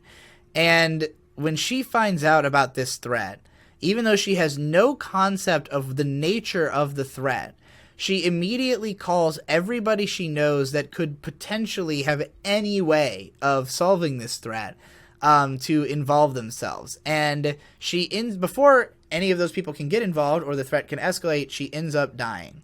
But in the wake of that, all these people come together, as a result of her phone call, and a massive effort is put together that ends up saving the world. Essentially, she planted the seed, and like, even though everybody else, enacted this thing, it's because of the fact that this person knew who all the good people were and, brought those people together that the solution was found. So ultimately, again, it's about knowing who all the good people are, who you can call on in order to accomplish things. And this is, I think, the biggest thing that is missing from American politics in particular, is this kind of like matriarchal systemic spread of knowledge and system of checking in on each other. Like, I look at like the left, right, and I see all these people who are preaching collectivism, and they're all like horribly depressed and not talking to each other, and like have all these fucking terrible social groups that like have nothing but like pained interactions. And it's because most of these people have come from, they've not come from communities. They're like trying to learn how to have a community on the internet because they are disconnected from the one they belong to. And like, it's very difficult for these people to learn how to form into a community that could take action, that could, feel confident enough to feel like, hey, I don't have to be afraid for my life because there are people around me who are like also willing to fucking fight with me to accomplish our goals, So like, I want to be somebody who can bring that kind of people together in the way that she does. And I appreciated this aspect because of Ghost Lightning's write-up, where he compared her to his own mother-in-law, because she was a heavily connected person in the Filipino government. And so, like, when I, like, realized, like, that connection to, like, how this could actually, like, be a real, like, person, like, this is something a woman, of this age, like, can really do in real life, and, like, I saw that as like, oh, that's like the most powerful fucking thing in the world. Like, there is no better final form than the person who has the trust and contacts of all the good people, So, yeah, that's what I want to be. I want to be the person with the trust and contact of all the good people. And that is not an easy thing to earn. You have to be extremely trustworthy. And, the only way I could accomplish that is to let you know how I really feel. Sakamoto is kind of like the medicine seller in a comedy show, and it's so new type he almost doesn't speak. He's like, it's funny because he's got the new type stare, the same as like my avatar on Twitter, or Sabrina from Pokemon, and some other characters that are going to be in my characters that are like me section, or Lane here. The eyes the eyes like a hawk, and the mouth that looks like it has rarely attempted expression, as the face is too limited a palette for the types of metaphors in which Sakamoto communicates, and thus he is more of a performance artist, but a psychological performance artist whose intentions are good. He is, again, a caretaker, someone just trying to help the people around him, but through very bizarre means. But he's just so fucking dumb high IQ that he fucking literally can solve any problem and just looks like a god at all times. So, I can't say that I'm like that, but I wish I could be. So he's an aspirational figure. And then we got The slime. That time I got reincarnated as a slime. This probably, if you've seen this show, another one that you could fill in the gaps yourself. But I mean, this 39-year-old wizard gets transported to another world because he's trying to protect one of his younger co-workers, his fucking kohai. He's like, I have to protect the younger generation because his younger coworker was getting married and he saw more potential in that man's future than his own, so he took the fucking knife. That's why. And he was respawned in another world as a slime that ends up being accidentally an all-powerful dragon soul inside of it. And as a result, he can now fucking restructure society in a way where everybody's happy all the time. And that's all he's trying to do, is in a slow and impressionistic way, just communicate with these monsters that don't really have complex sets of rules. They just understand things in terms of like, give me direction that will benefit my life. And Rimuru's like, I fucking got you. I can do that. I can turn what feels like the ghetto into what feels like Taj Mahal with this fucking village, and we're all gonna be pals. So, yeah, it's sick. Then you got Nia from Gurren Lagann, who is sort of like another, very like impressionistic thinker who like wants to understand things so that she can, help people, but like doesn't get the answers that she's looking for from the people around her. So she's like, who will give me answers, And she's just like always asking. She's always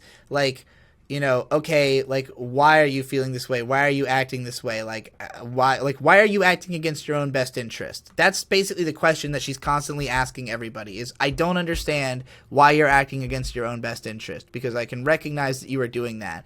And her dad won't give her an answer. The people on the Gurren Lagann ship won't give her an answer, but she finds the answer through communicating with all these people and getting a sense of what they've been through. And then once she has that answer and presents it to them, then they all can understand, like, the thing that they couldn't they couldn't frame into words. And, like, so she re-inspires them by, like, understanding them in a way that they can't see past, like, the loss that they've experienced, to see, like, the good that is still there, that can still be relied on, But she can. So, and she continually, like, the fact that her approach is like, hey, look, Kamina was a great man, but like he fucking threw it, like he didn't do it right. Like, you're supposed to live, like you guys lived, so you're doing it better, keep living and like act in your own best interest, please, because that will help you to advance. And I feel like that's what I'm constantly trying to ask of the people around me.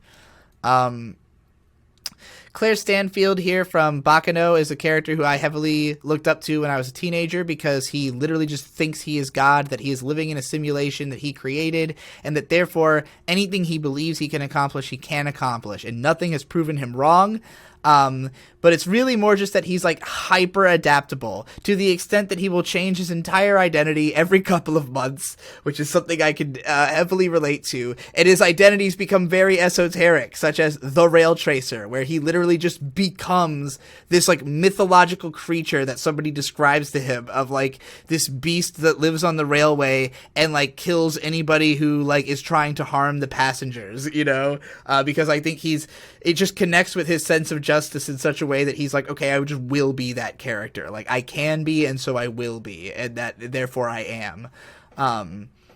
Yeah, and that's the mode of thinking, what I would consider Pinkie Pie thinking, that got me through being a depressed teen.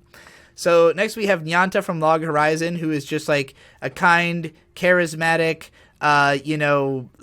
nurturing, patient communicator, and also badass. Just helps out where he can, and he can help out in a lot of places. Just good old wise cool character. Linda Harlan from Mahou Shoujo Lyrical Nanoha is the leader of the Space-Time Administration Bureau, and she still finds time to adopt Fate and help to raise her into, from an abuse victim to like the sweetest girl in the entire universe. So, mad props. Here we've got Bisky fucking from Hunter x Hunter, who is a like old woman, I think, but she has honed somehow the appearance of being a perfectly sculpted little girl, but she also can Hulk out and turn into a gigantic burly fucking monster of destruction. She's a hard ass. She's the ultimate coach. She is fucking ruthless to the students that she teaches, but still has that that tender, loving undercurrent. They're like her fucking children. And she's maybe like a more like a less cynical version of Genkai down here, who I put really big because of the fact that I watched Yu Yu Hakusho when I was really young, and I have a memory of when I was 12 where I started trying to walk like Genkai, where she puts her arms behind her back with her fists together because I thought it was cool. And then somebody like noticed one time but was making fun of me for it, but nobody else understood what he was talking about because it's such a weird pull. And I wasn't even that offended because like I was like, wow, somebody knows Yu Yu Hakusho, but I was shamed out of doing it anymore. But Genkai, similarly to Bisky and from the same author, is a very hard-ass mentor. She does something similar to my own method of how I've said that like I kind of try to make videos where I cast a wide net to get a lot of people involved, and then I like whittle it down to the people who I like by making more esoteric content to like just the few people who will understand it get to experience that. And Genkai kind of does that with her training regimen, where she like opens up an audition basically, and like whittles it down until she has her student who is like, this is the one. I like, all right, Yusuke, you're my guy. Like I'm working exactly with you. You are going to be as strong as me one day, but like you gotta I am going to bust your ass. But in a way, she's the only one who can communicate with Yusuke because Yusuke is so incredibly avoidant because he, is somebody who has been held, like he basically is like the most underprivileged person imaginable, like in the most underprivileged person that a Japanese teenager could relate to, I guess. So not imaginable because obviously that would be far more extreme, but like he's somebody who's like got a single alcoholic mom who's completely shut herself out of, reality. He's constantly getting into fights at school. The teachers are against him. Society thinks he's a delinquent. And, he just wants to be a good person, but like he has no idea how, and everybody fucking, is against him. And like Genkai is the only person who can really like beat into his head who he needs to be. And like, she can't do it in a nurturing way because the world needs him to be extremely powerful, extremely fast to deal with its problems, so it's like, if you're gonna be the ultimate badass and you have to train the ultimate badass, you have to give them the ultimate badass training. Sort of like Pai Mei in Kill Bill when he trains Uma Thurman, and he only give her the 5-finger palm heart death punch and not Bill because he's a fucking dick. That's important to remember. Okay, I skipped a few over here. We've got Marielle from Log Horizon is just another kind of like, good community leader. I think like the community she fosters is kind of similar to what I hope to foster around myself, I guess. Then we've got this Komugi, I think is her name, from Hunter x Hunter. Just generally like just a representative of empathy as a general concept, basically. And then we have this girl from Aikatsu. I don't remember her name because I only watched like 8 episodes a year and a half ago. But like, she is this fashionista who's extremely confident about her like sense of design and like completing these complex aesthetics, and looking at the way that her character is presented as like how she comes up with her designs was hugely inspirational to me, because she basically has like a scrapbook where she'll like take photos or like clippings or just like random shit that has like a particular look or color that she can incorporate, and then like just has like a catalog of that, which is the approach I've always wanted to take to making a show called Big Anime Face, where I just like categorically have just like all these clips from shows laid out, and then I can make like conceptual pieces based on having what materials I have, but like it's the gathering of materials that I've always felt like I have to like take time off and just spend like all this time getting like this huge base before I can create anything, when in reality I should have just been collecting things all along, you know. But I think I stopped doing that just because I had some major hard drive failures like 5 years ago, and I became terrified of like collecting things because I fucking lost it all before. But you know, as a result, I don't have a palette, so you know, I mean, aside from the posters on my walls, I guess, which are probably where I come to for the most inspiration. Anyway, Shiryuki Hime here, another just hardworking, overexerting person who, you know, needs to learn, like, her tragic flaw is that she needs to learn how to rely on people more, and you know, so tragic, wow, but I feel similarly. But, you know, she's, like, more perfect than I could ever hope to be. Oshino Meme, pretty much the same story as Medicine Seller above. Not really much else to add.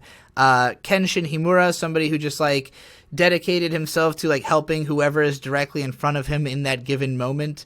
As, like, that is sort of the most effective way to help people, because if you try to help people through scheming and plotting and trying to build superstructures, everything changes, too many intentions get involved, there's too much chaos that you have to manage, that, you know, that not enough people will be capable of participating in a system where there is so much injustice at the foundation. And so, like, you know, righting that injustice throughout society is like the first step towards actually being in a position where you can build a structure. And, you know, Kenshin takes that upon himself to be like, okay, I'm just going to right injustices as I go, and I hope other people will copy me. And, you know, the people around him are the people who copy him. And, you know, hopefully the people around me copy what I do.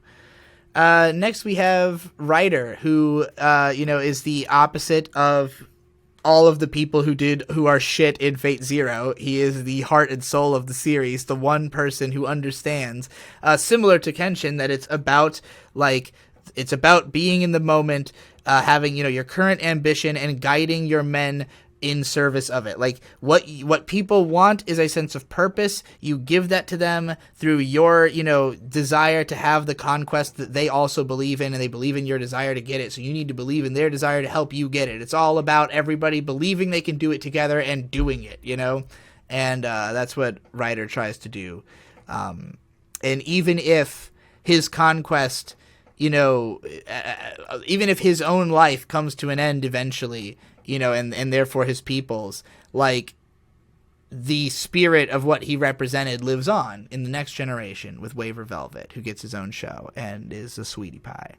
Ashitaka, I mean, what's there not to love? He's just like morally, he's basically just going through the story with an open mind, trying to find the moral truth of the situation, reacting as, you know, things appear once again, and, you know, like, never being willing to use force unless he is absolutely sure of its necessity, because he has to, you know, make up for the one time that he did something violent, essentially. And, you know, just being strong enough and a bad enough dude to not get killed in the process of being morally absolutist, you know, which, of course, the structure of the script allows him to follow through on. Saori Bajina here is just a really good friend. Somebody who, you know, organizes her friends well, is attentive of their needs, is super polite, is, you know, even kind of ashamed of the fact that she is attractive, and, like, because it doesn't really reflect, like, she doesn't want to be seen as somebody who's, like, off-putting or, like, not reflective of, like, how she wants, like, what she wants people to get out of interacting with her. And, like, you know, in my mind, I've said that before, that, like, it was easier for me to be a guy because I can make a decent looking guy, I can make an inviting looking guy, but I wasn't convinced I could be a girl that anybody would want to look at, you know, or would be an inviting presence. But the reality is that the personality that I can put on the facade of being, like, an approachable guy in situations where I feel, you know, like I trust the people around me and I feel comfortable but like it's ultimately a defense mechanism, and it's not like representing how I really feel, and it makes it so people can't really do much for me, you know? And I think that's maybe a similar, you know, condition for Saori here, that like she's always doing things for other people, but like who can really help her when she's not showing them what she really looks like, you know? And that's kind of the realization I had, is that if you're always just trying to like get people to do things, then they don't really understand like what's in it for you, and that makes it hard for them to trust you, you know? So yeah, I guess that's what I see as her flaw, but nonetheless, she's still a good person, you know, obviously. Integra Wingrate's Hellsing is just a badass fucking chick.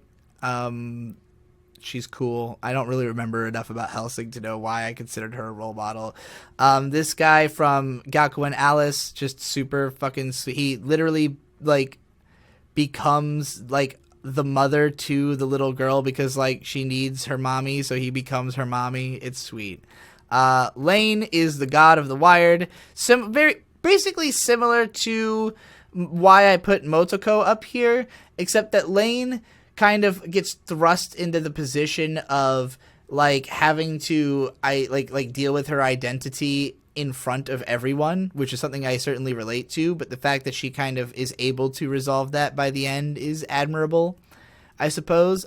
Here we have, I don't remember this dude's name, but he's the guy from Sangatsu no Lion who mentors the main character.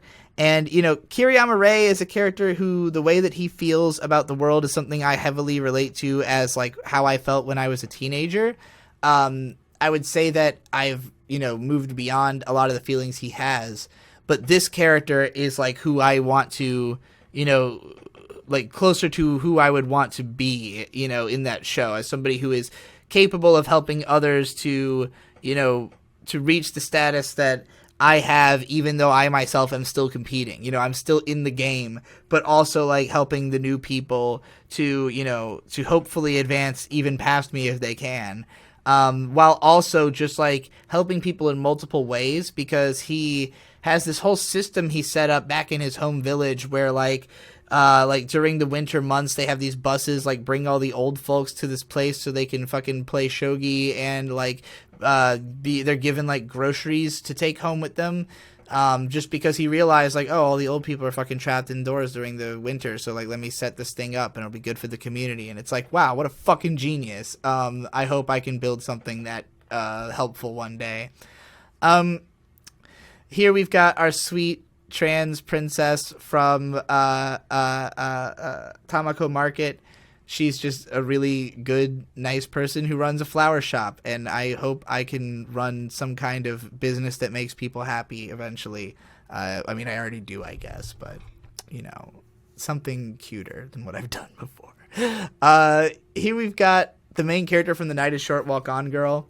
I guess I would put her in a similar category to Rurouni Kenshin, as just somebody who's kind of meandering through the world, doing exactly what she wants while having everybody's best interest in mind. And it's just like she's just is a hero in the way that a real person can be, I guess. And that's sick, dude.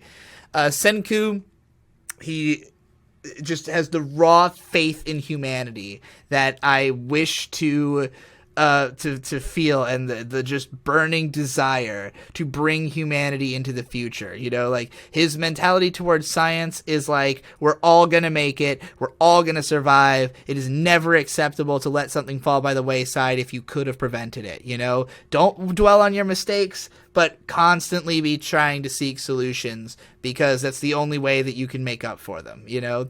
And he's a fucking baller ass motherfucker for that. Mina Tepes, she wants to bring all her motherfucking people to glory. There's a song by Portugal the Man called All My People, where they sing, bring all my people with me. And Mina is the princess of vampires. She pays off the gross national debt of Japan so that they will build a zone for vampires, and she brings them there and tries to manage the insanely chaotic fucking madness of vampire culture into something that isn't a blight on the world that everyone wants gone. And while also, protecting these people and stuff. And it's fucking intense, and she's a badass. And one day I'll read the rest of Dance in the Vampire Bund. We got Brock from Pokemon. He wants to be the ultimate Pokemon breeder. What more can I say? Been an influence on me since I was a kid. Gintoki from Gintama, I could have put him in the category of characters that I already feel like, because I relate to Gintoki's particular negative traits.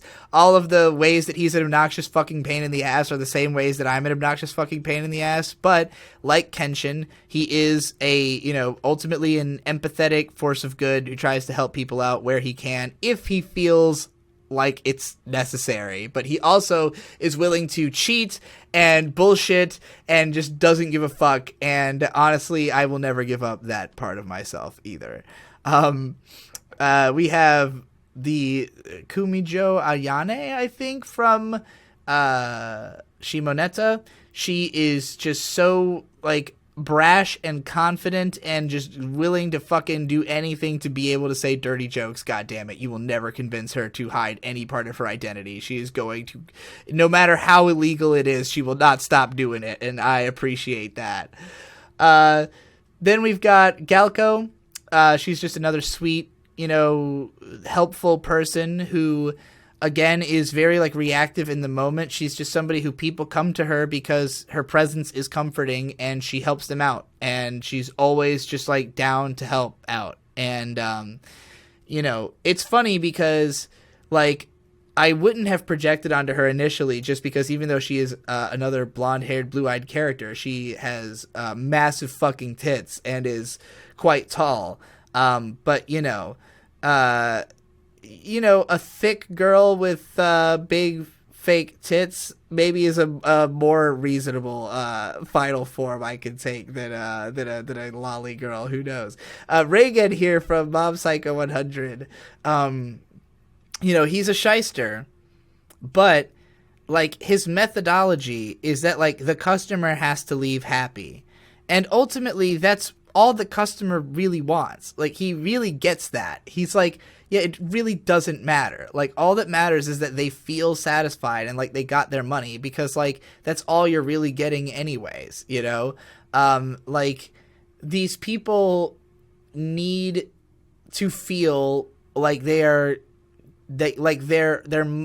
effort is going towards something, their effort as represented by their money is going towards something that is making them happier. And so they will just buy into your narrative of how you accomplished that for them in exchange for their money. And that is what Reagan understands, and he will gladly take their money. Personally, I am not as invested in having money. So it's difficult for me to approach things with the cynicism that Reagan does, but, maybe I should have put him in characters I would pursue romantically if he was a girl, because I want to be with somebody who is just, in it for the money, so that I don't have to worry about being in it for the money. Nazca is, she's basically Jesus Christ as an anime girl. What more can I say? Holo from Spice and Wolf, she is just always fucking on top of shit, man. I haven't watched the show in a long time, but I remember her being cool. We're getting into the lower level of the characters I put on this list who I have less justification for. Last Order. I don't know why I put her in characters I admire. She's somewhere between that and characters that I feel like, I guess, because she's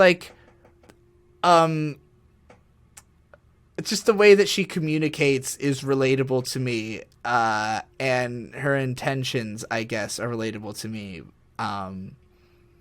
I guess that I considered her to be ultimately a better person than me, so I put her in this part of the list. I guess that's the logic. Yang Wen Li, doing what has to be done at his own chagrin. Boss motherfucker. Jing, King of Bandits. Another just new type badass. I think I really connected with this manga because of the fact that Jing just kind of figures shit out, and the adventures are always just insane like aesthetic experiences that make more emotional sense than logical, if any sense at all. But Jing somehow can always navigate the scenario and come out on top without really having to even explain how the fuck he's doing it. So I like that about him. And then we have that muscle dude from Mob Psycho, who's just like a nice guy and very protective of his friends, which is something I respect a lot. Is somebody who's like, oh, you're fucking with our boy, well, you're going to die. Like, you know, I like that attitude. I also put the big sister from Ranma 1/2 on here because she's just, you know, like a natural caretaker, somebody who is just soothing and pleasant. And wouldn't that be nice if people thought I was that instead of the exact opposite? So, all right, so moving into characters I would pursue romantically. I think that this is a much easier category to summarize. I feel like I have a type that is pretty clear if you know enough of these characters. They are all definitely what I would consider to be more masculine women. Many of them even like sort of having non-binary identities. Very boisterous, competitive, intense, confident characters. You know, not all of them are necessarily over the top, but they're all like very self-assured. And, you know, they're also people who like to be around people that are more emotional than themselves, perhaps. But also people who like understand them. So like Haruhi, who is my ultimate waifu. And, you know, when I first watched Haruhi, I mostly related to Haruhi. I saw her as a character who was just like me. And, you know, I also related to Kyon in a certain sense. Like, I think that my personality was closer to Haruhi's, but, like, the kind of person that I ultimately want to be is somebody who's more like what Kyon is for Haruhi, I guess. You know, like, I guess even though, how do I put it?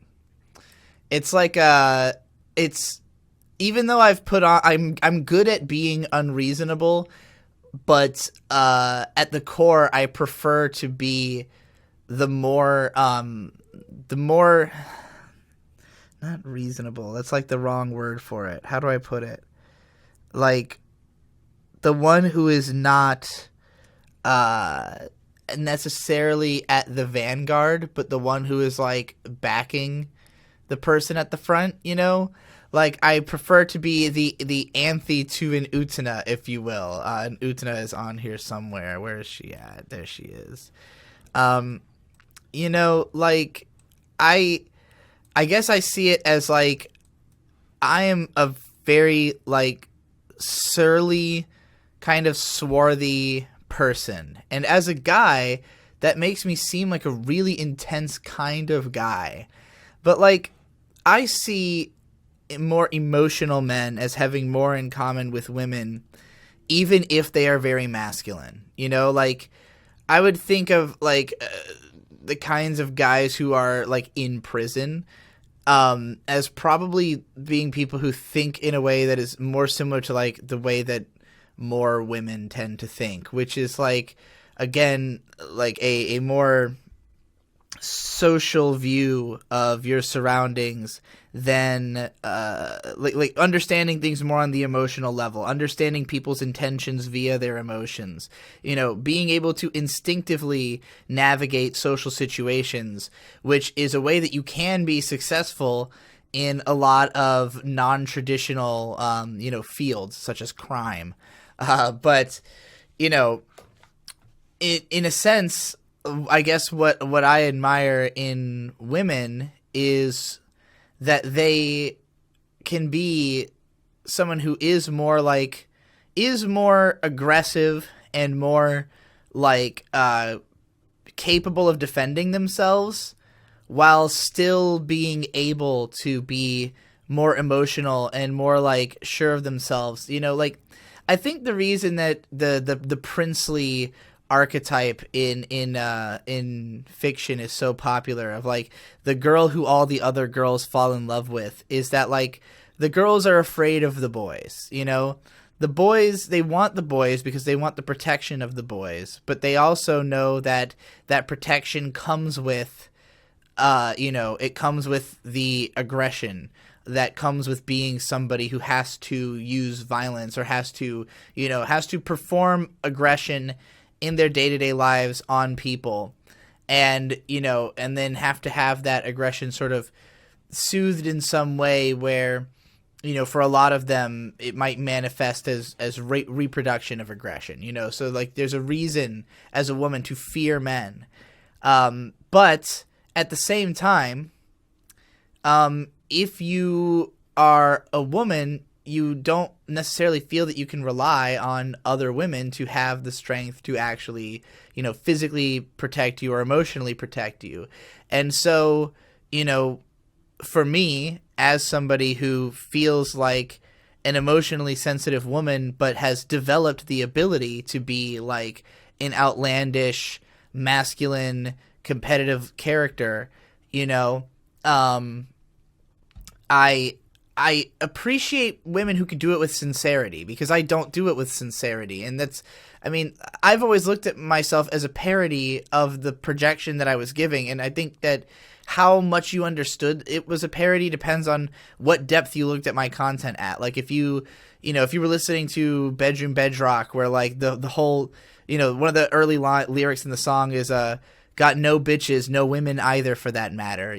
Like it's a deconstruction of the idea of like having bitches, because I'm like separating that as a concept from like actual women, that like I don't want bitches, I want a woman, but I don't have that either. Like that, if you're looking at it through that lens, you see how it's a parody of the masculine presenting character. And I mean, if you were around for the Brony days or my early anime videos where I was like a little bit more of a feminist, then you would see that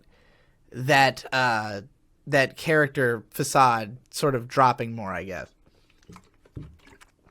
But in a world where it became that many of the things that had helped me to connect to my own gender identity were coming under fire from what should have been my team, it was difficult for me to ally myself with the people like the feminists and the people who I at one point was pushing their agenda,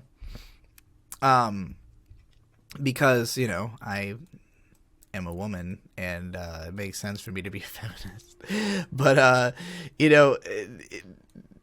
these are characters who I see as like strong, physically strong, mentally strong, protective, people who are capable of taking care of a surly woman, So Haruhi, obviously, top tier candidate. Nothing that she says or wants to do is confusing to me. I would be absolutely down for all of her machinations, but I also would be able to ground her and kind of help reason through things in the same way that Kyon could. I definitely want to do a cosplay with Mei where she is Haruhi and I'm Kyonko, because Kyonko is the best gender swap character design of all time. And Haruhi, in fact, I forgot to put Kyonko on my list of characters that I just am. I should have added her to that. But Haruhi here, I relate to her pretty hard, but she's even more intense and forward and charismatic and sure of herself than I am. And, I can't necessarily be the kind of like more patient and caring and slow person that I like to be if I'm trying to be Haruhi, Then we got Diesel-san here from Shirobako. She's maybe a little bit closer to my level of intensity, but man, she is just a go-getter. She's just like, what can I do? Like, I want to be involved. I want to get better. Tell me what I can do, and I'll fucking do it. And she's the hottest of the girls, and she's always just fucking down to read some Dost. She's always talking about her fucking Dost. She's on a Dostathon the whole show. She's all about that fucking Dost, dude. I've never read any Dost, but I want to, just because I want to get on her level. I want to know what she's all about. I would read Dost just for the opportunity to hook up with Diesel-san. Maybe the only reason I haven't read it yet is that she's not real, so I won't get anything. I won't get the chance to date her out of reading it. Kobayashi, just extremely steadfast, reliable person. I wouldn't have nearly as much difficulty communicating with her as her dragon companion does. But I think we get along great. I mean, what is there not to like? She's pretty much ideal. We've got Tosaka Rin. She's just, a complete package. Pretty much a type A ideal. There's nothing more to it than that. CC is more like mysterious and crazy and hard to read. I don't really know. I mean, I haven't seen all of Code Geass R2. I don't really know much about what her true ambitions are, like what she would want in a partner or out of life, because she's always kind of been in a position of just kind of allowing herself to be a prop in, the machinations of things, just because she doesn't really see another, thing she can do, I guess. Which is, somewhat relatable to me, and definitely, like, I tend to look at people like that as, like, like, I want them to believe in themselves so that they will try to do that thing, because I see, like, okay, Cece is, like, super fucking powerful. Like, there's no reason whatever she wanted to do, she couldn't do, She just needs the encouragement. Kagami from Lucky Star has the best fashion sense and the coolest eye shape of any anime character, in my opinion. She's very grounded, very reasonable. She will call you out on your bullshit. She's a bit of a tard wrangler, and I'm married to a tard wrangler. So these are all characters that I see a lot of Mei in, by the way, if it's not obvious from just looking at them, just looking at their faces. Ukyo from fucking Ranma 1/2, super grounded. She's basically like Applejack from My Little Pony, where she's like, just like, I do this job, it's all I do. She likes Ranma, and she just wants to fucking pay his bills by making okonomiyaki. She is, and she'll feed him every day. That's all I would fucking, this is just like, this is just like the most simplistic kind of ideal wife I could picture. Whereas on the other hand, the most complex kind of ideal wife is the absolute spurg out insanity schizo posting of Arakawa Under the Bridge. This is a woman who will not judge you if you go broke. I mean, like, she's completely content to live under a bridge with you. So, the lack of expectations is comforting. I don't know how much I would love life under the bridge, but if I got to spend it with this beautiful woman, voiced by Maya Sakamoto, I don't think I would complain. I might be more... I don't know. Maybe she would prefer somebody who was more reasonable. Though I'm definitely more reasonable than she is. I mean, I would be able to communicate with her better than the guy that she is with, as I have a more similar thinking to her. But I'm also, like, older than a lot of these characters as they are in the show. Like, I kind of have to... I mean, CC is, like, fucking 70 or some ancient or some shit. I don't know how old she's supposed to be. Kobayashi's probably closer to my age. Diesel's in her 20s. Like, I have to think about, like, what these characters would be like aged up, like, if they maintain their personalities, And it's kind of like, in my mind, I really think of it not so much as, like, oh, like if me now got with them in the show. It's more like if when I was their age I hooked up with them, like how would that have ended up? Or like if they were now my age, like what would they be like, you know? And either way, I mean, either way the answer is it would be sick, dude.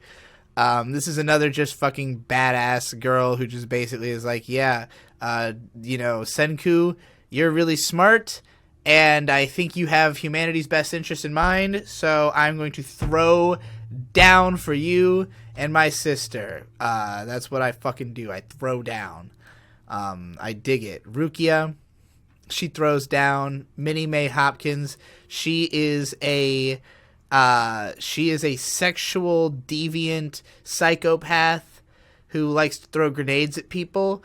I don't know if I could actually handle dating her, but, you know, it would be really hot. Yamada here, in many ways, is the character who reminds me the most of May, or maybe the most of Pantsu Party. Like the character that May is like parodying with Pantsu Party reminds me of Yamada from Biga to HK, because she's a girl whose mentality is that she's going to like prove that she like her competitiveness with everyone around her, like she's like a straight A student, but in order to also be like the queen of the school, she has to be the one who fucks the most guys. So she's gonna fuck 100 guys, but she has no idea how to approach this, because deep inside she actually is just looking for love. And the guy who is like perfect for her is like this kind of dweeby dude who's a fucking coward. So like even when she like reconciles with herself that she wants to fuck this guy, she cannot get him to do it because he's such a emotional, bitch about it, that like she has to basically like work to get him to sleep with her. And it's adorable and perfect. She is definitely girlfriend material. The biggest one I have here is, of course, Kanbaru Suruga, who is actually a lesbian tomboy. She reads lots of books. She's funny. She's a lolicon. She likes girls.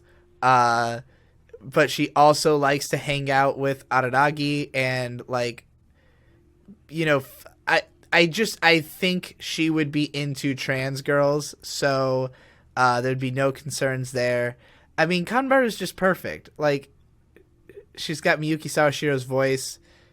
There's literally, like, find a flaw, Find a single fucking flaw. You can't do it. It's fucking impossible. She's probably, of any of these characters, she's probably the most, like, richly explored by the series, other than maybe like Haruhi, and still absolutely perfect. Like, at no point is there something incongruent with ideal girlfriend material. So that's why she's kind of the biggest. Even though Haruhi is also, because Haruhi's the hottest anime girl, but Kanbaru is the most perfect. So there's also some girls in here who are more like spunky and fun and cutesy. Again, like, we got Taco Girl here. This is another like Pantsu Party. This is like more of a direct influence on the Pantsu Party character, I think, is the existence of this character. May has not seen Kyoran Kazoku Nikki yet, but I think she'll love this fucking girl as well. And her husband is also somebody who, is sort of a motherly figure. This is the out of control fucking pink girl from Slime. Pretty much as soon as she respects Rimuru, she's willing to basically just go along with whatever Rimuru's up to. So, she's cool. Oh god, fucking, is it Akane from Ranma? She's just a fucking good girl. Just a really good girl. She's fucking precious. And I think she likes quote unquote guys like me, you know what I mean? I think oh God, these girls are all just so good. Like, there's not enough different about them for me to feel like I could really single them out. Homura is, like, in particular, the fact that she is, like, willing to go to such lengths to protect Madoka. You know, like, it's not just that she, like, can physically protect her. She, like, goes through universes of unending pain out of this obsession, you know, with this need to protect Madoka. And, like, you know, she's kind of got that, you know, time-traveling, schizo-posting, I can see time, fucking, you know, deep, black-hearted cyber angel thing going on as well, which I'm a fan of. You know, Ahiro Kobushi, she likes pain. She likes to get bit by animals and shit. She might be a little. I don't think I could really inflict. I think I would be trying to rehabilitate her. Try to see if I could give her love that try to see if I could alleviate her addiction to abuse, maybe de-escalate it or something. Nanoha is the perfect father figure of a woman. I mean, the existence of Nanoha makes me want to become Fate. So that I could be Fate with Nanoha. Nothing makes me happier than seeing that just like artwork of them in their, you know, just like marriage artwork of Fate and Nanoha, and them with their daughter Vivio. It's so fucking adorable. And the scene when you know, Vivio's like running towards them and she falls over, and Fate wants to like rush in, but Nanoha's like, no, she has to get up by herself, like, don't fucking go help her. And like, I literally have had moments like that in real life where like I wanted to, like, you know, I was like worried because a kid is crying and like being a brat, and I'm like, oh, they're crying, and they're like, no, you cannot, like, he's just being a brat. You gotta fucking let it happen, you know? So, it was a relatable scene for me, and I thought it was fucking adorable that you know, that Nanoha stepped into that role in that moment, and was like, it's a perfect parenthood. They are ideal, child rearing duo, and also combat duo who fucking protects the Earth. And other planets. In fact, time, space itself, they help to protect. So that's pretty fucking advanced. You know, I think my biggest frustration with Sword Art Online is always that Asuna should be stronger than Kirito. And maybe I was looking at it wrong, because, you know, it's wrong of me to judge Kawahara for, like, in my mind, I look at Sword Art Online and I see the women are always in distress, and Kirito is there to save the day. And even though, like, Asuna is like the best player in the game, Kirito for no reason is better. He's just the best because he understands the game. He understands the creator. He relates to the creator the best.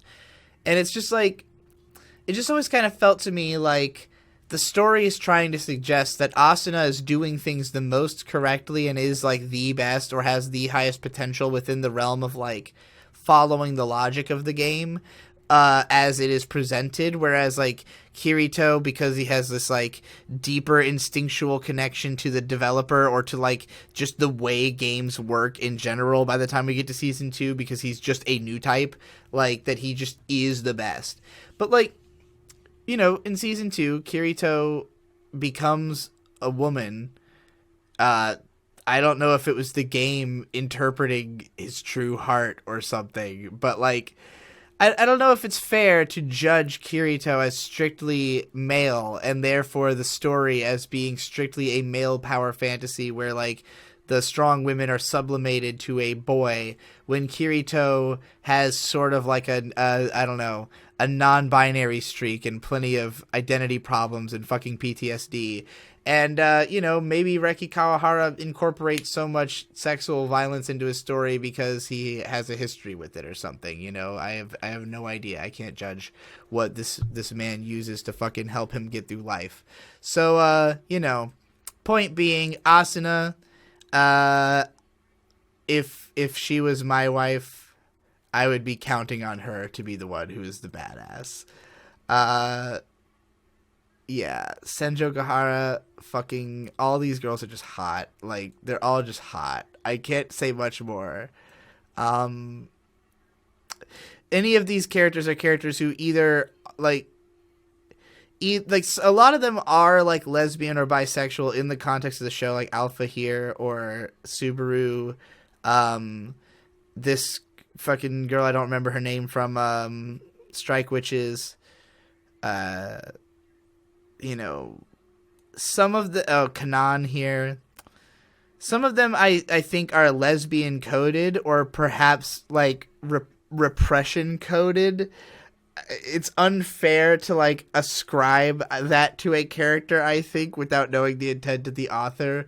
But like particularly like Panty and Stocking, I feel like there's this undercurrent that they themselves bring up sometimes of the idea that like if they weren't both repressed lesbians, they could just love each other, but instead they have to like go and just fucking, one has to go and like just eat constantly and get sexually abused, and the other one has to go and fuck every guy that she possibly can in sight out of like this insecurity over like, I don't know, proving how not gay they are.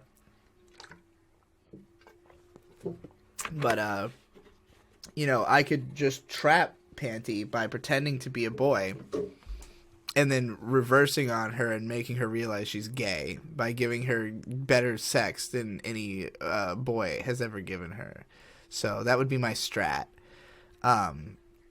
Obviously, Jessie is fine with some gender play. There's also a few boys in here because we've got Yuri from Yuri on Ice, the Russian version. All the fiery emotional passion of a woman and the straightforward aggression of a pretty boy. But I mean, just look how soft he looks. I mean, how could I say no? I also put Krusty from Log Horizon in here mostly because of the fact that like I relate heavily to Lanessia as somebody who is just lazy and sits around in my own head not wanting to deal with the stuff around me because I don't really know what like in what way I could be useful. And Krusty kind of comes along and is like, it's like she is like a would-be manipulative person, but is out-manipulated by this other person who she can't see through because he's just, too direct in a way that she can't be, and too quick to just like put things at her feet and then fuck off and like kind of force her to act. And it's like, I need that kind of thing to be done to me. I'm the kind of person who literally, like, if you can find somehow like a way to like trick me and force me, I won't, like, I don't know, I don't look down on it. I feel like I deserve it, so I guess that's why like Krusty is fine. And then there's also this guy from Nozaki-kun who's just a sweet fucking boy. Yeah, the rest of these are just like hot chicks, so we'll move along. Characters I want as friends and community members. A lot of these are characters that I relate to, but like they don't necessarily like fulfill the type of role that I myself would want to, in their community. But like I would want them as friends. I would want them around. As I said when I said I want to be the old lady with the phone full of contacts, this is the phone full of contacts that I want to have. So obviously, Simon from Gurren Lagann is kind of the ultimate like symbol of a well-balanced person. Somebody who, is a good leader because they figure out, like, they listen to people, figure out what has to be done, and fucking do it, And they're not so good at, you know, the stuff that Simon fails at is the stuff that I would be good at, which is like the keeping track of everybody's needs and like, you know, making decisions about, or, you know, trying to make decisions about who should be doing what, where, and at what, you know, like how to deal with people and stuff like that. The stuff that, you know, that Simon finds confusing. And like Kamina would also find that stuff confusing. So I can't say I necessarily relate to him in that sense, but I do heavily relate to Kamina's caretaker role with Simon, that he tells him, like, you know, believe in me who believes in you, because that is kind of the message that I want to send to my own audience, is like, you know, if you feel like you're just like me, then I want you to know that people who feel just like me have the opportunity to live a happy life, you know, not necessarily that like, you know, you're gonna be the best person in the world, but I guarantee that there is a future for you that you can be satisfied with. You know, it's just about continually seeking and navigating in search of it in spite of everything, you know. And obviously it'll be a lot harder for a lot of people than it was for me, or is for me, continues to be for me, but you know, obviously it wasn't a bed of roses. It certainly isn't for Kaiji. Kaiji is like, you know, the fucking everything is against this motherfucker, and he still has the heart to be a good person. So Kaiji is just like the most raw, like, likable, fucking, like, humane good guy that you have to root for. Kenshiro, just fucking badass superhero man out there to just punch people's heads off for being dicks.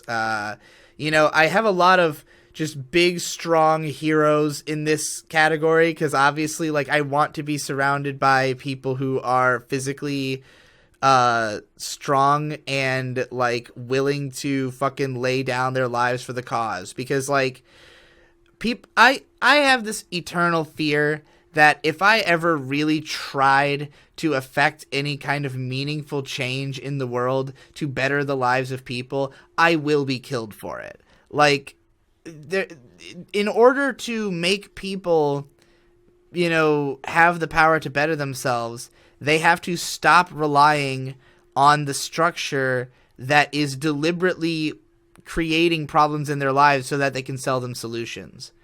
And if you start making it so you subvert, you know, if you subvert these people who are trying to control the populace, they will want you gone.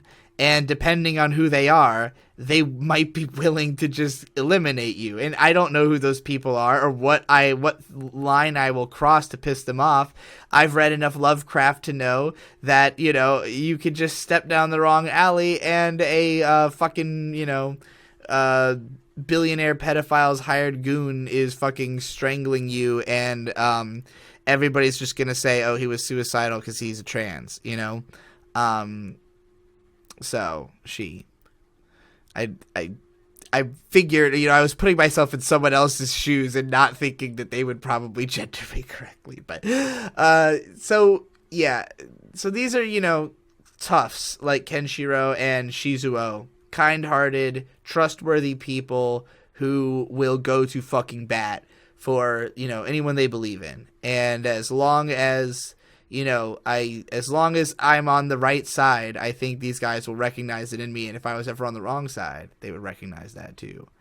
I've got like a lot of just whole casts in here, like the whole cast of Log Horizon, the whole cast of That Time I Got Reincarnated as a Slime, the whole cast of Shirobako, you know, most of the Gurren Lagann cast is in here somewhere. They're all just shows about good people and good communities. Steins Gate, you know, all the major characters from Kare Kano are somewhere in here. The Melancholy of Haruhi Suzumiya, the main cast. Most of the Do-Da-Da-Da characters are in here. You know, just good-natured people trying to make their community work in the most non-violent means that they can. But, you know, being protective of their own and, you know, defending their friends from anything, from any amount of peril at any expense of their own. personal, comfort. Even some of the ones whose motivations maybe aren't necessarily the most pure. Like I have the, student council members of Utsuna, because I think that if they were given the right cause, they would be good guys. Or, if they had a support network that would help them to deal with their interpersonal problems and emotional issues, maybe they would be helpful.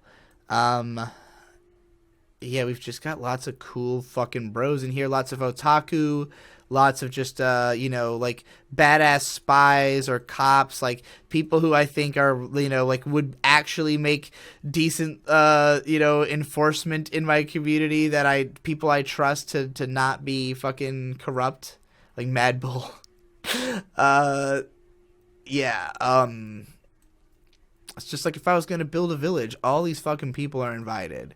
I have a lot. I'm not going to go through all of them. They're all just good fucking people, Some of them, become reformed. Some of them improve over the course of their show. Some of them, if they were in the right community, would have an easier time. But I trust all these characters. So, all right, here's characters that I want to parent, mentor, and teach. Because if I'm, I've been saying I want to be this caretaker, matriarchal figure. I might be able to call on all these people and I'll help them out if they need anything from me. But these people are self-assured, complete humans. Like some of them are younger at the start of the series, but by the end, these are characters who know themselves, who are on the way to their goals. Who, if they were to call on me, it would be because they, they needed something specific. But these are the characters who I'm going to work with, who I'm going to try to, help them understand themselves, find their way to a better future.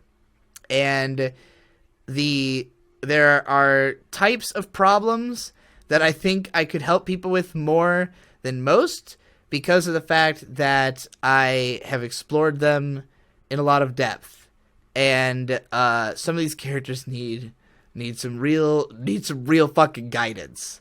They need somebody who can really help them to deal with their complexes, because some of these characters are really troubled in ways that society is not built to address. Now,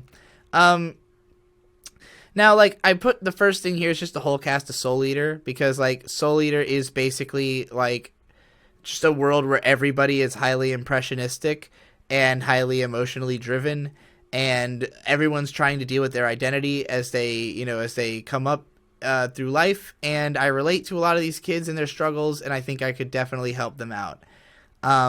Cromartie High School as well, is a bunch of delinquent men who, again, are like, I really think that there's like men who lack a firm father figure, gravitate towards like motherly, attentive women, but like if they don't have like some kind of male role model to base themselves on, then like in that relationship they might be like more reliable in that they will like throw themselves at whatever will like allow them to help, but like it's difficult to actually like be yourself a mentor and like a father figure when you have nothing to base it off of,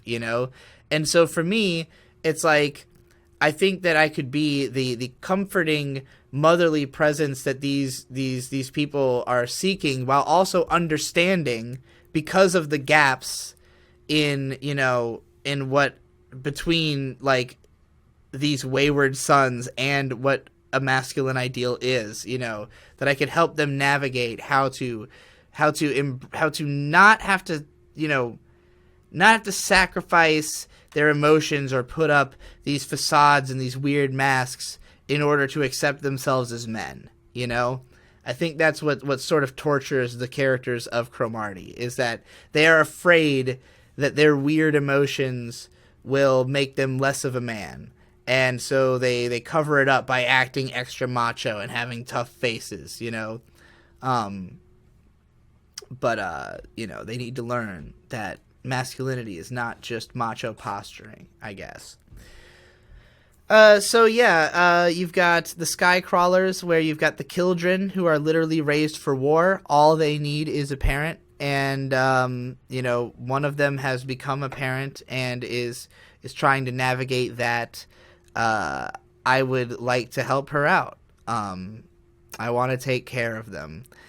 And there's people have said that like the children are like a metaphor for like otaku and things like that. I think they're more just a metaphor for like anyone born into a consumerist system. Otaku obviously are like an extremified example of that. But if you wanna understand what like the end result of like hyper capitalization through war, through the propagation of like war as as the fueler of the economy and culture, then this is a good movie. And it's an effective metaphor for war. War is an effective metaphor for every other aspect of the reality of that of the consumerist system. Figure 17. This girl who, really struggles to communicate and is very sensitive. I think I know what kind of questions I could ask her to help her express herself. But she has the clone bifurcation of her ego, I guess, that comes out to fucking help her. So, I can help them both. I could be both there. They need a mother. Yeah. We got Manabi from Manabi Straight, who also needs a mother, because her mom, or her dad, is like playing the role of her mom after the death of her mother, but he is not able to successfully give her the type of attention that she's seeking, and the woman that he ends up with, she struggles to communicate with. And I don't know if her dad would have been interested in me, or me and him. I mean, he seems like, he seems fine. But I would certainly, would cherish the opportunity to get to take care of a kid as fucking amazing as Manabi. Somebody who, when I was actually her age, was a huge influence on me and a huge motivator, and somebody who I would say that, like, my tactics as a caretaker when I was younger were more inspired by her. Like, I saw this show when I think I was 16, and I ran an anime club not long after that, where I wore, like, a Haruhi armband, and I basically tried to act like somewhere between Haruhi and Manabi as a way of approaching, like, running my club. And so, like, it's funny to think of the idea that the character is trapped in the eternal stasis of being 17 going on 18. So, like, at one point, she was, like, a big sister to me, and now I want to be a big sister to her because she has not been able to evolve because there's no more Manabi Straight. This is the bizarre superposition of trying to describe anime characters. The girl from Hitohira, that's another character who I connected with at the time, so I feel like, I could help her out. I watched that around the same time when I was 16. Just a lot of these are kids who I relate to who just went through the same things I did. Like, a lot of these, like sexually rambunctious kids who, like, need somebody to, like, teach them about, like, their boundaries and respecting their bodies and, like, not being fucking, not being forwardly sexual as a means of getting attention, without, like, denying their feelings or making them feel like they are wrong to like, want, I guess, to eventually, be that way, but, like, just kind of encouraging them, like, you don't really understand, like, what you're doing. You need to wait till you have, like, a more formed body. Here we've got a couple of, like, this is actually I don't know if this character would be considered trans because they are dressing as a woman to compete in women's shogi in order to pay, like, a debt to their mother, but like I don't remember if there was implication that they, that there's more to it than that in the show. But these two kids, very impressionistic shogi players, need somebody who can communicate with their strange minds. I don't know if that's just like a thing with shogi players in general, because I feel like Sangatsu no Lion presents characters very similar to that. I don't know much about shogi, but maybe I should take an interest.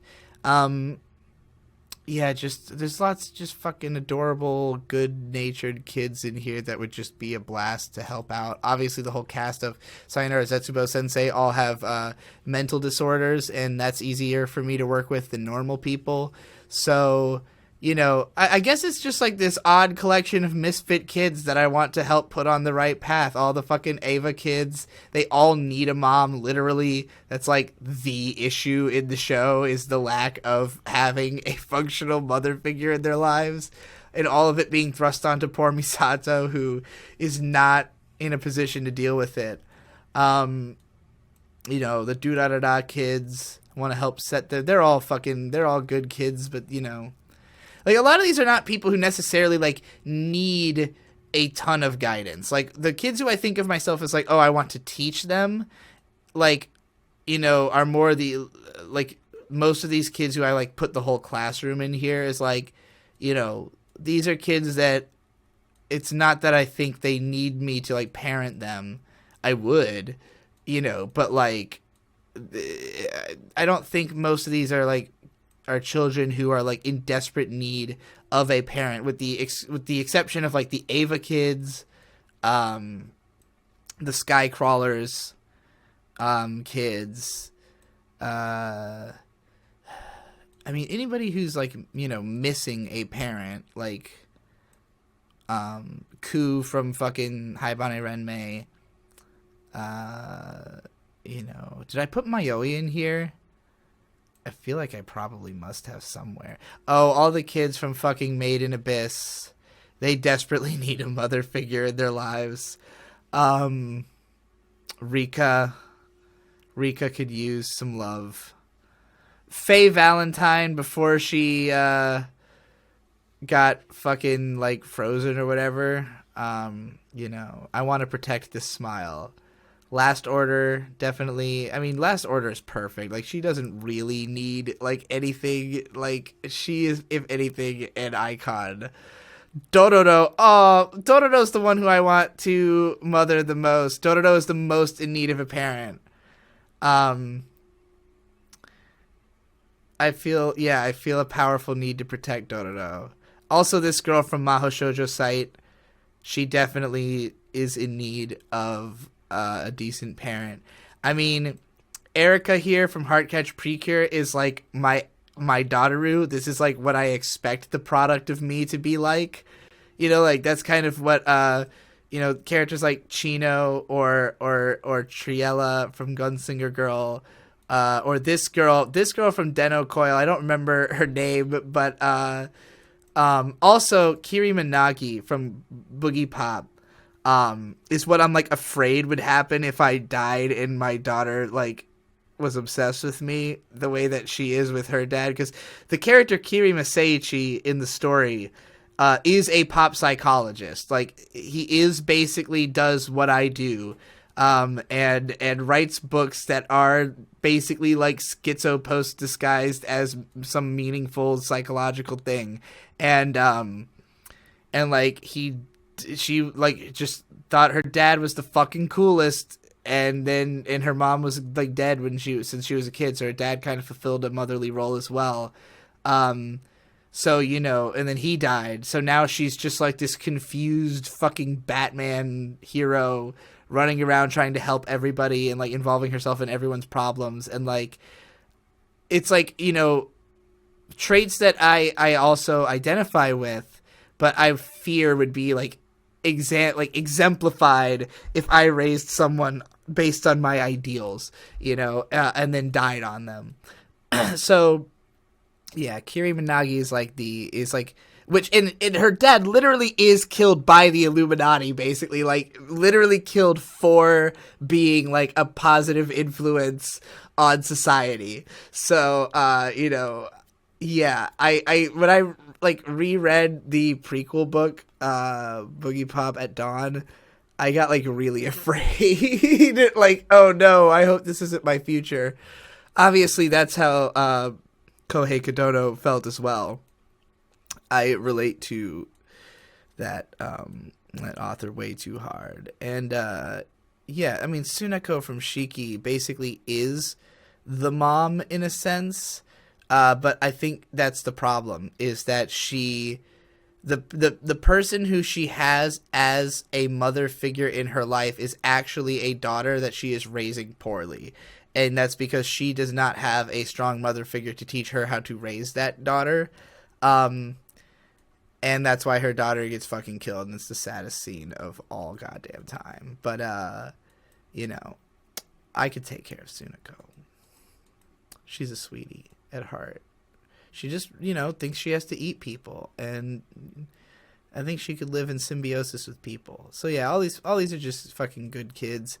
All right, here's the characters that I feel so similarly to that they barely register as characters. And the reason that this category is at the bottom is that this is the hardest to explain. The hardest thing for me to explain has always been characters I actually relate to. There's only a few that I've ever really been like willing to publicly sort of identify with, because they actually like look like me and act like me in a more literal sense. So like Madarame from Genshiken, you know, he is a over-the-top otaku, loud, boisterous, always on about his opinions, but a good friend.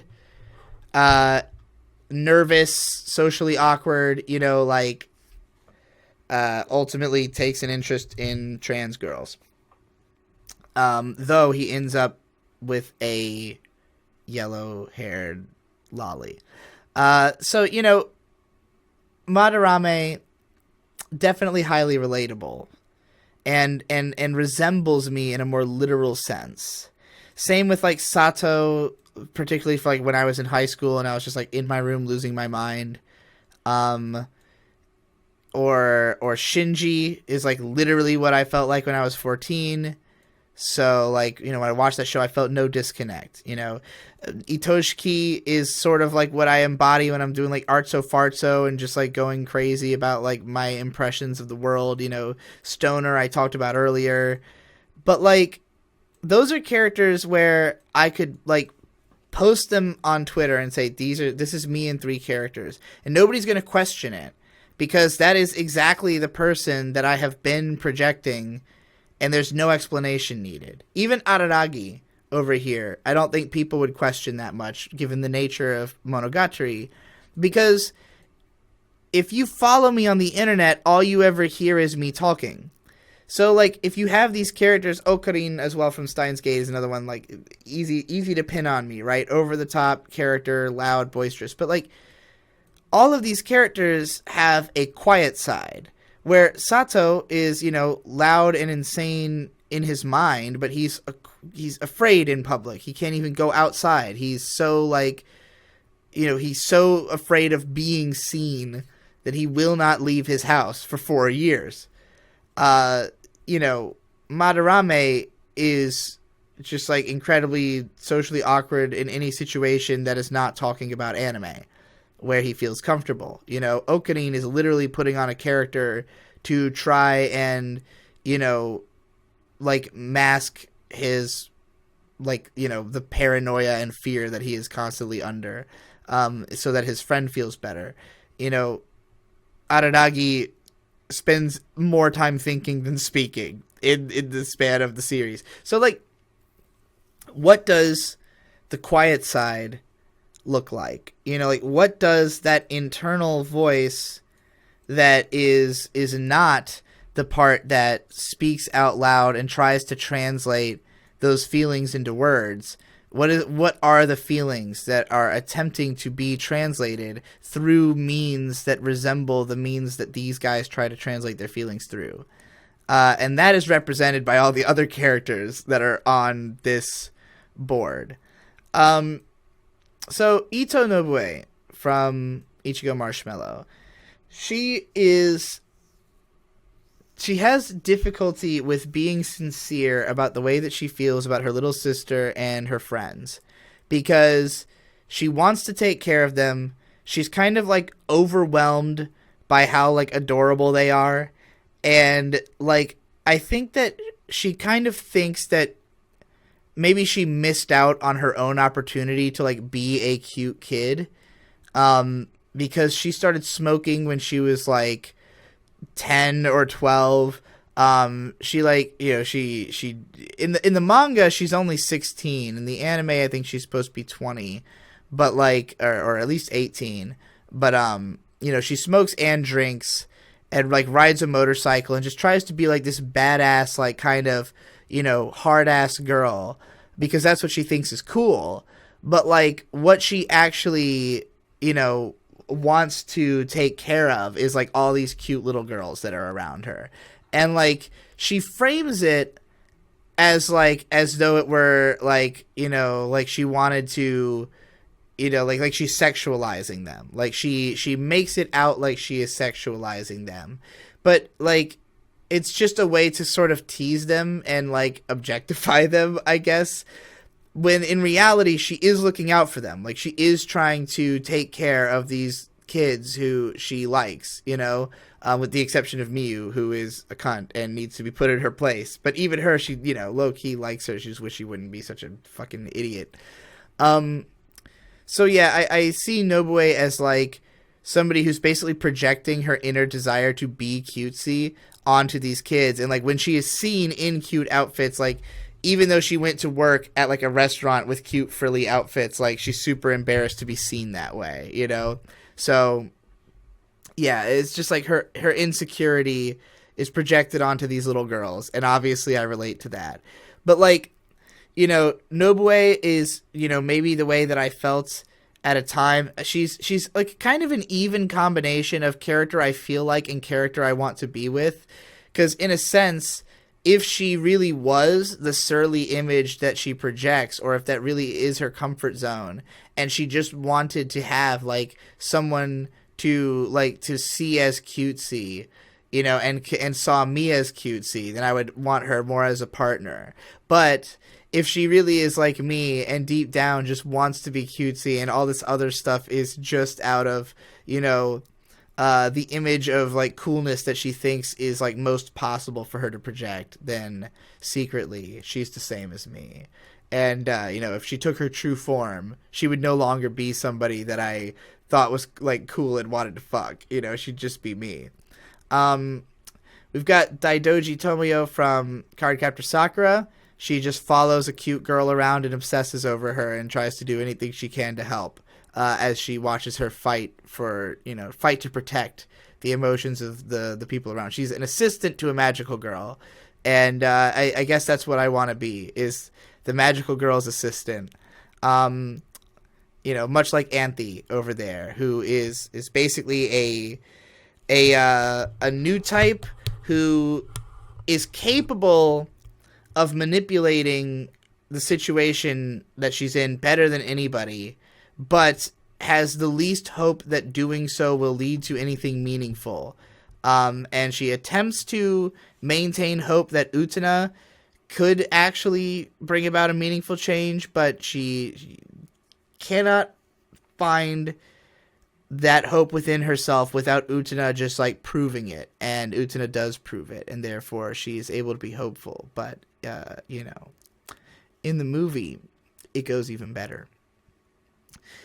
Shiki is somebody who is just like so like, because of the weird, like because of the fact that she sees so much more than most people, like she sees the death in everything. So like she's basically the ultimate cynic. Like she cannot have any kind of real like attachment to things or hope in things because she only sees things in terms of death and in terms of her compulsion to make things die.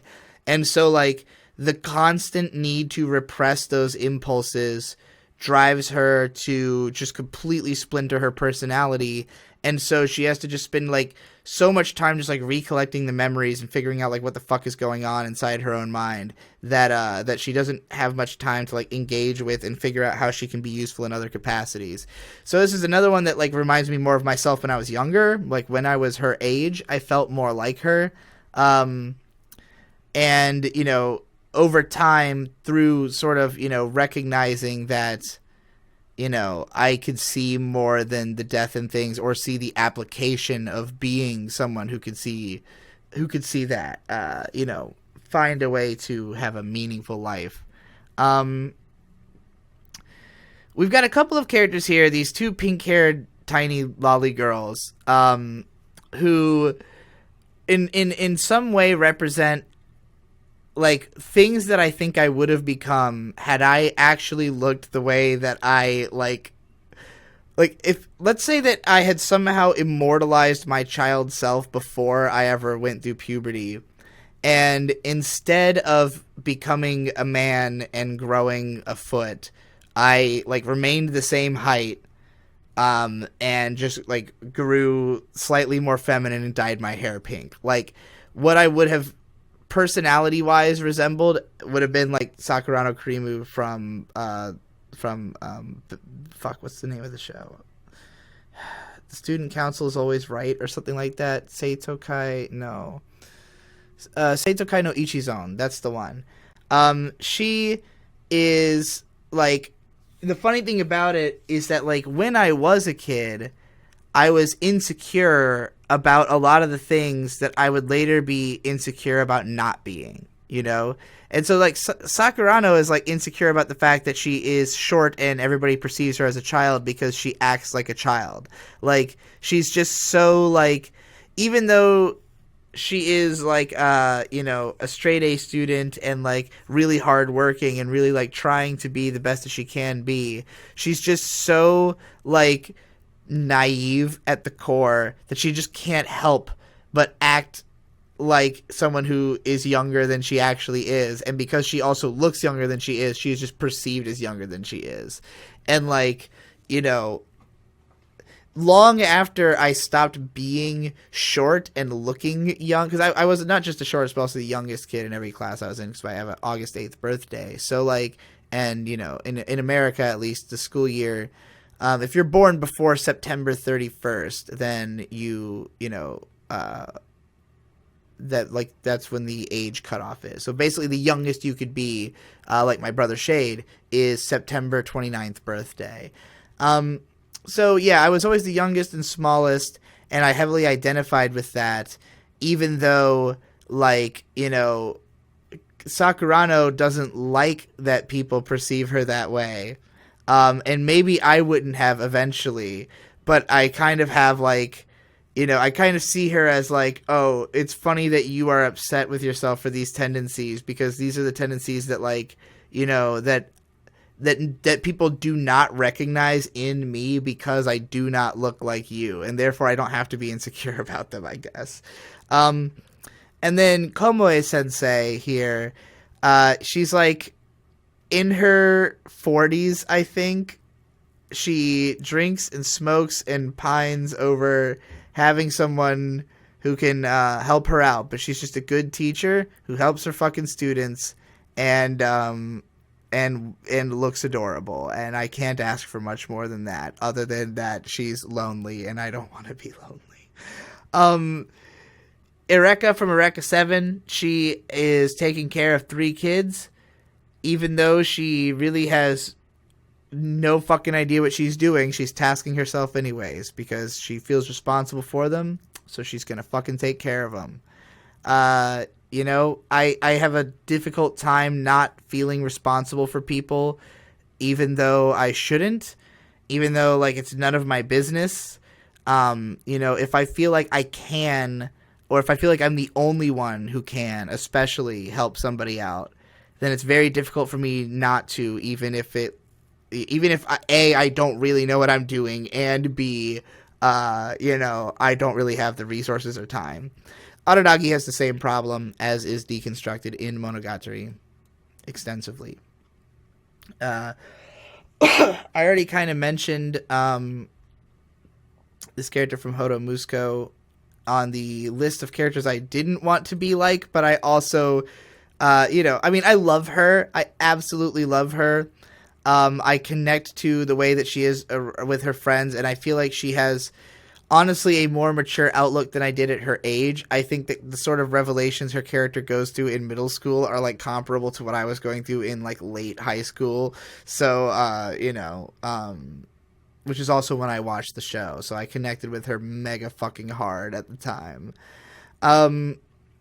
This character from New Game, she is the president of the company. She is the creative director. She's pretty good at communicating with her staff, but she is also lazy and runs off course and gets distracted and has to be herded by a hot girl with a gun. And, I don't mind getting shot with a few BBs if it's by Ahagon up there in my Girls I Want to Fuck tier.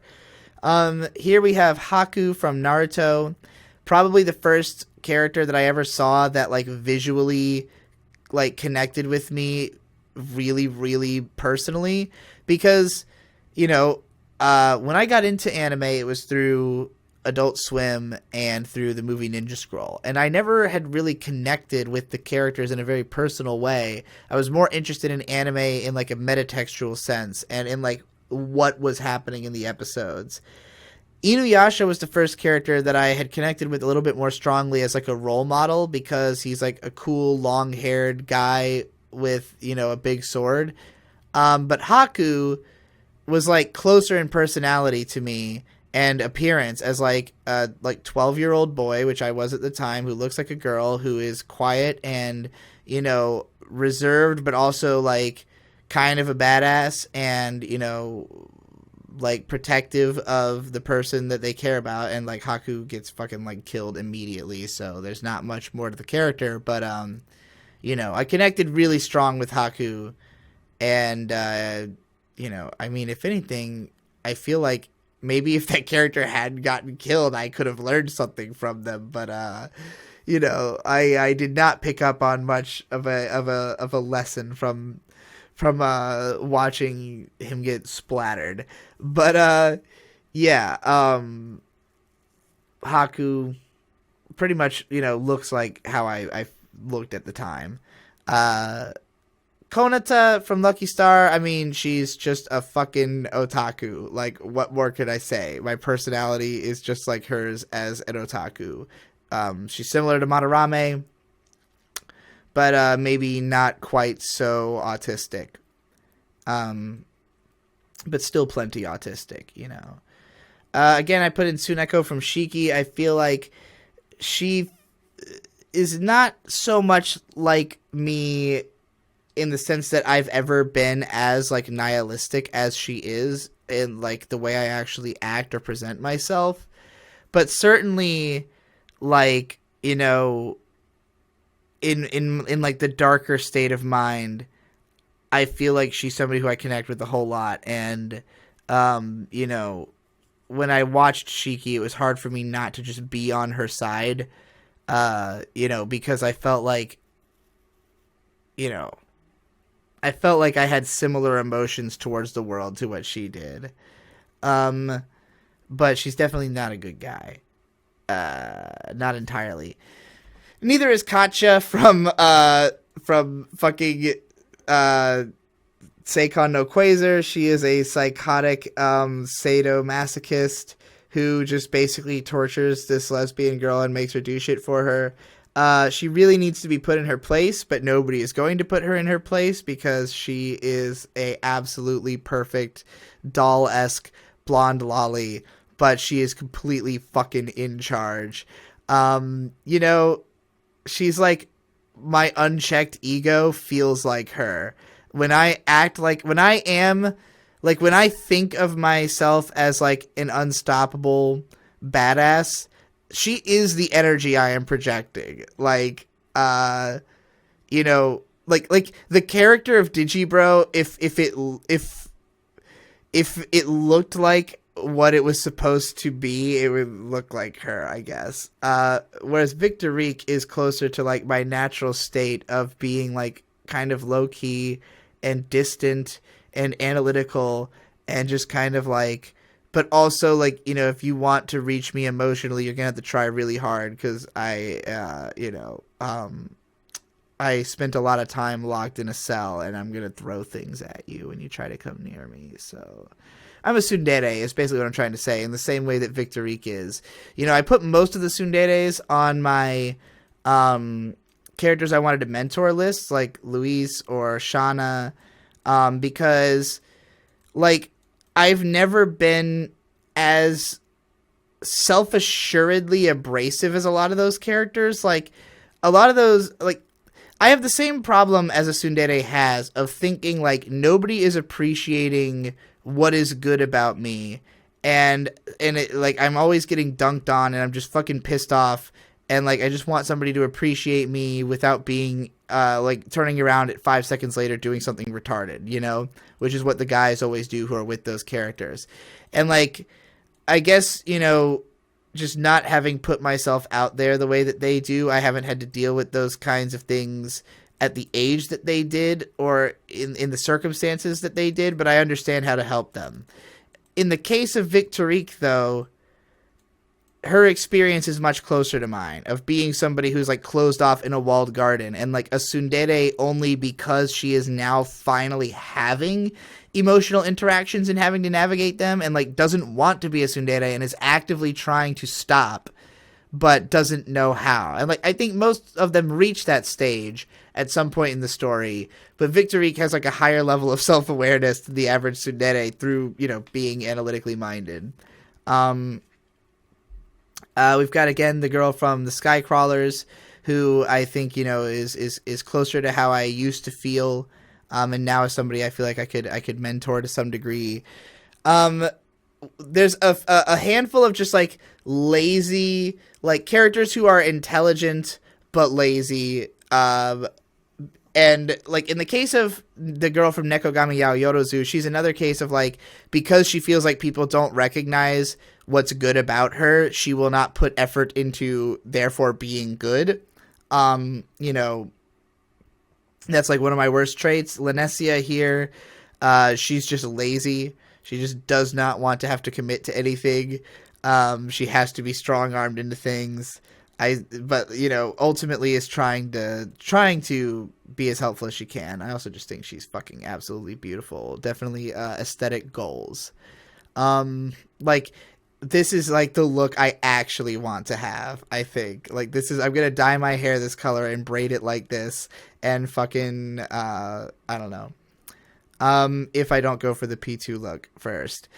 Well, I guess we could talk about P2, because this is the one I was getting the most questions about on Twitter. But like, hopefully it makes more sense to you now, because essentially her whole character is about developing this like intense maternal instinct, and just like going apeshit feral to you know, to protect like what she perceives as, you know, her offspring, I guess. And unfortunately she gets vaporized, but ultimately, you know, it's because of the fact that she did not have like, you know, the social awareness to understand that it's not okay to just like rip everybody to fucking shreds who opposes you in any way.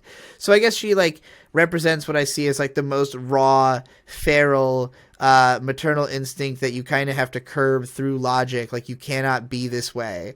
This is like, this would be me if I was like fucking, you know, didn't have empathy for anybody except for my own offspring, you know. This is like the ideal form, I guess. Shinji, I already talked about. I related to when I was a kid. We've got the kid from Gatchaman Crowds, who is gender non-binary and performs like distinct male and female characters, builds an app that is just basically to try to give people a way to help each other, and like earn like game credits basically through performing social good. So yeah, massive SJW, but in a good way. We've got the gray-haired girl from fucking Princess Principal. You know, in a way, she's more like my more masculine side that is like out to just like protect the princess, but also because the princess feel like, you know, protects her. So it's like they have a kind of a symbiotic, like they're both girls, they're both relying on each other for both emotional and like, you know, protectionary, like physical purposes. One's more frontline warrior, one's more backroom dealer. So I guess maybe I could have, you know, reversed the roles, and it might have been like, I mean, part of the gimmick in this show is that the two of them like have to switch places and like pretend to fill each other's roles. I don't remember exactly how it plays out, but one of them's relatable. That makes sense enough. Here we've got fucking Kumiko from Hibike Euphonium. This is another character who I think has kind of a similar attitude towards the interactions she takes with people, this like exhaustion towards having to deal with people's emotional bullshit, but also like wanting to be there for people and like trying to figure out how to navigate that space. And like ultimately, you know, seeing Reina as like such a like no bullshit, passionate, like awesome person that she's like, I just want to like help that person achieve their goals, you know. And then we have Natsume here, who just tasks himself with way too much, even worse than Araragi because he's getting less out of it, but feeling like he has this responsibility to make up for the mistakes of the past generations who, you know, just weren't really thinking in the way that they hurt people, and he wants to, you know, make it right. Boogie Pop here is a pretty fucking big one for me, because I mean, I read this book when I was 14, connected to it mega hard, continued to connect with it and get new, you know, understandings over the years. But when I first came out to myself, it started with me identifying a feminine identity as being phantasmal, like bubbles, as Boogie Pop describes himself. He bubbles to the surface, a personality that is inside Miyashita Toka, who is a girl, but is she really different from Boogie Pop? Are they really separate identities? How aware are they of one another? Who is the real one? Who was there first? Who is the result of repression? And who is the, you know, the result of her actual character? These are all questions that are up in the air, at least in the early books. I haven't read any, you know, past that. But yeah, Boogie Pop is, you know, a sort of confused, you know, about their gender and who they are really, but like ultimately just kind of allowing it to happen, I guess, because Boogie Pop only bubbles to the surface when he's necessary. So like I had kind of looked at Gray as my Boogie Pop until I realized that, you know, in the same sense that like maybe Boogie Pop is the real Miyashita Toka and she is just the mask that is worn to fit into society. Gray is the real me, and you know, the version of me that is visible to everybody else is the facade. And that's how I connect with Boogie Pop. We also have Sue Makazuko here, who is more the like person who basically had faith in the system and was good at following the system until the day when she lost faith in the system because she saw the abyss. And now she is obsessed with chasing the abyss. She is obsessed with understanding why she was chosen, why she's the one who had to, you know, be taken away from normalcy. And ultimately, she becomes the queen of the abnormal, the ultimate leader of the freaks, I guess, later in the series. I haven't really read this part where this happens, but as I understand it, she like takes over the major fucking, like she basically becomes the leader of the Illuminati. I don't know if she becomes evil or good, but you know, I like it. I like the arc.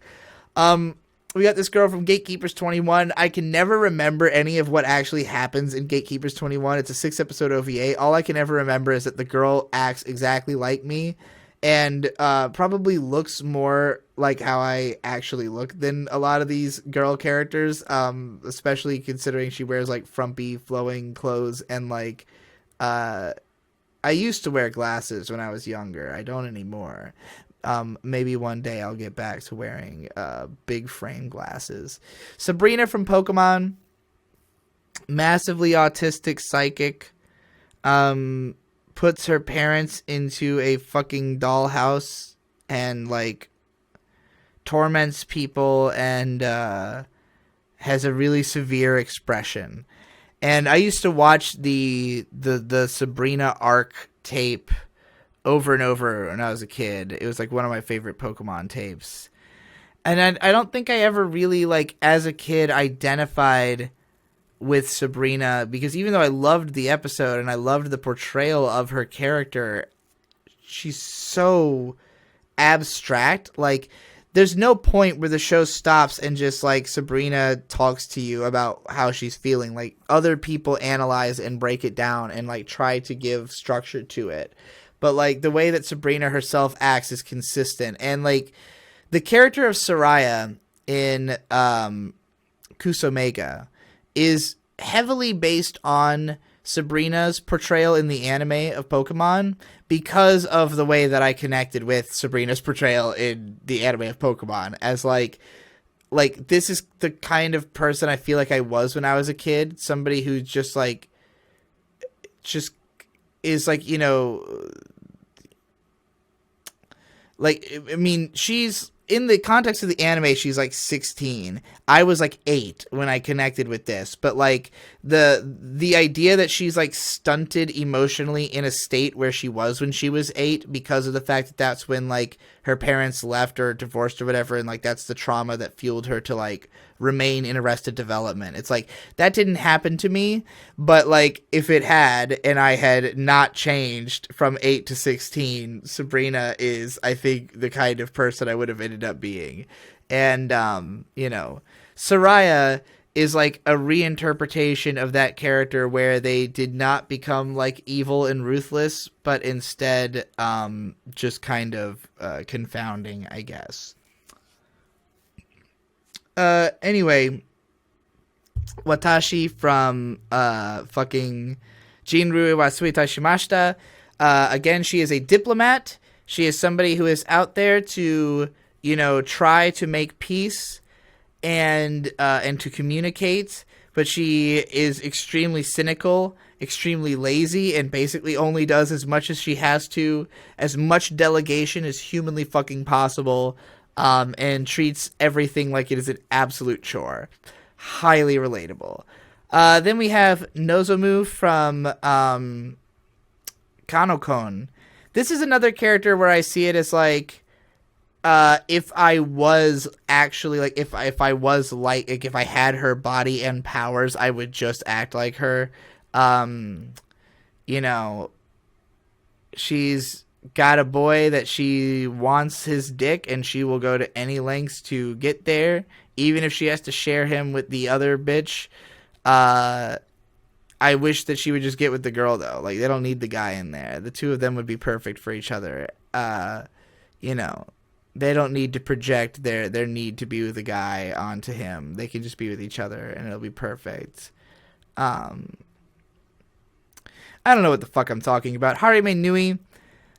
You know, I talked about how Onsokumaru is like my, like the extreme worst, like new type obnoxious, like asshole. Harime Nui is almost just as bad, but because of the fact that she has to be somewhat grounded in reality, I feel like she is exactly like what I am like.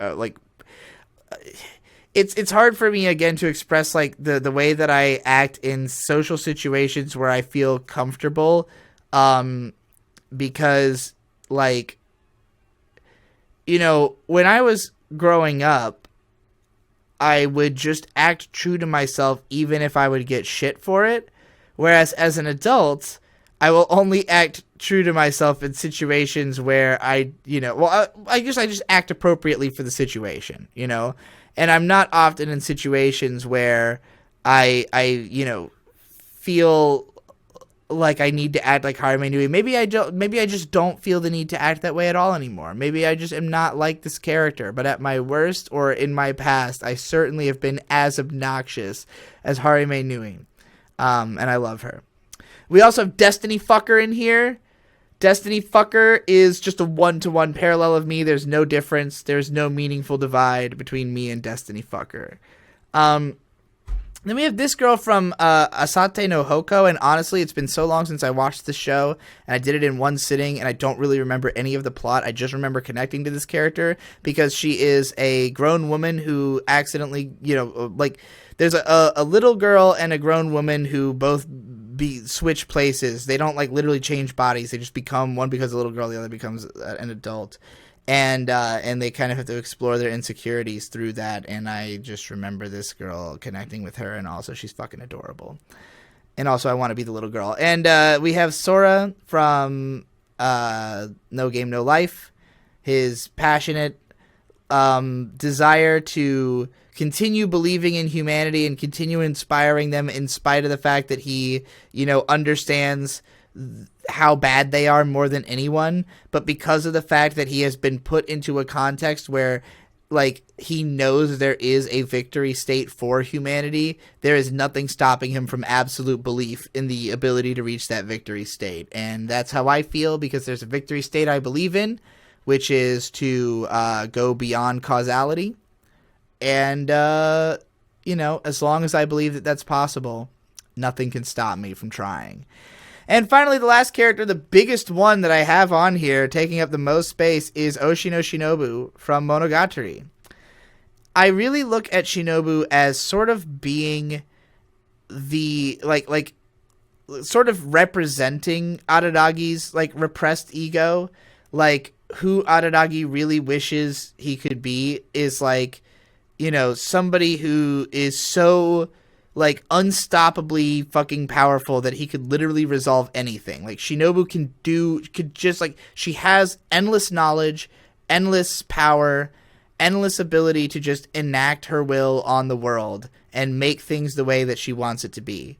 However, through Araragi, who is extremely restrained and patient and willing to work with people to try to help people, and doesn't really have goals of his own, other than, to help these people in the moment.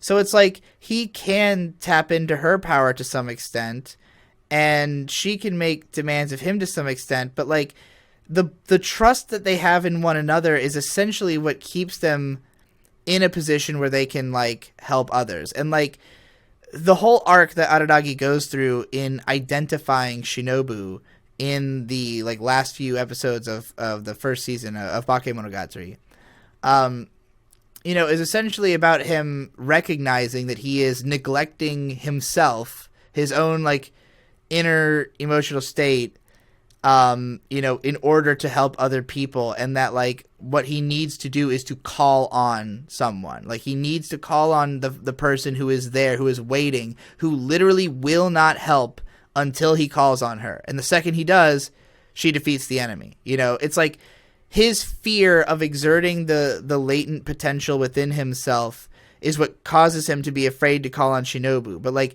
once he trusts her to represent his intentions, and she trusts him implicitly, but again, just won't do anything if she's not called on. So it's it's she is the propeller of Araragi's confidence. It's the fact that he has this trump card, he has this all powerful, vampire lolly living in his shadow. He has the confidence to now engage whatever he has to, and if at the absolute worst, he has this to fall back on as a companion. And the way that the conversations between Araragi and Shinobu are framed throughout the series feel like a conversation with himself. They're always working together. They're working in tandem. There's no sexual tension, even in the first scene where we really hear from Shinobu, episode 4, season 2, is the big bath scene, or is it episode 2, season 2? I don't remember. The big bath scene in that scene, they don't really act as though like it's a sexual scene at all. Even though they're like naked and they're all over each other, they just seem extremely comfortable. It's just a very, a very truthful interaction where they're just nakedly speaking to each other, and just seeming like completely at home with each other. And like, aside from that iconography resonating with me, because I am a big time like bath person, and I also like, I really appreciate that as like an intimate setting because of the fact that, it's two people being naked together, but in a non-sexual context. I see it as like representative of this idea that they have the absolute trust that one has in their own like self. And like, I think that, if Nisio is seen meant to, like, I mean, any author is ultimately going to reflect themselves in all the characters they create to some extent. And Nisio is seen as somebody who you can very easily see, like, why each of these characters is connected and like what the common threads are and like what kind of person would create these characters.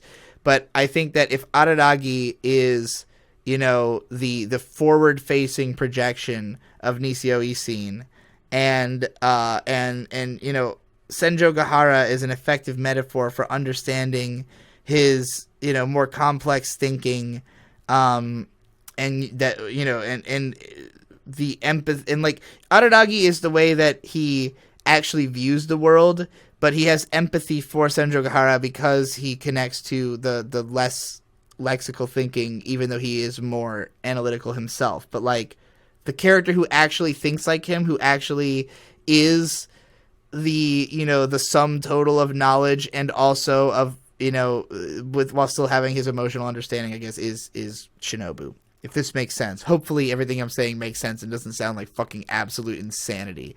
But there you go. Those are the characters that I contextualize myself through in anime, based on all the anime that I've seen enough of to know the characters. I'm sure there's more characters I could have put on here, but this took a fucking eternity.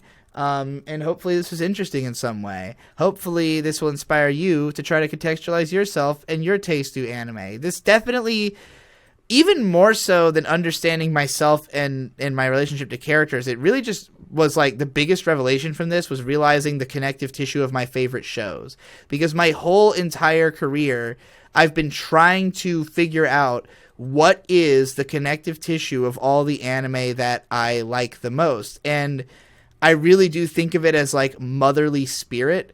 Like, K-On! Is a show that the creators themselves said that, like, they approached it with, like, we are these characters' mothers. And, like, when I see the character, I know they're going to go out in the cold, I want to dress them up in something warm so that they'll feel protected. And it's, like, that sheer attention to detail of, like, trying to guide your characters through an experience where you're simultaneously allowing them to experience things for themselves while also trying to guide them towards, like, where you want them to get in a gentle way. I guess that's what I connect to in the experience of these shows. The care that the author has for their characters and the desire to bring them to the place that they need to be without encroaching on their ability to, like, be themselves, and to for the narrative to play out the way it has to for these characters, So, yeah, all right, that's it. Thanks for watching this.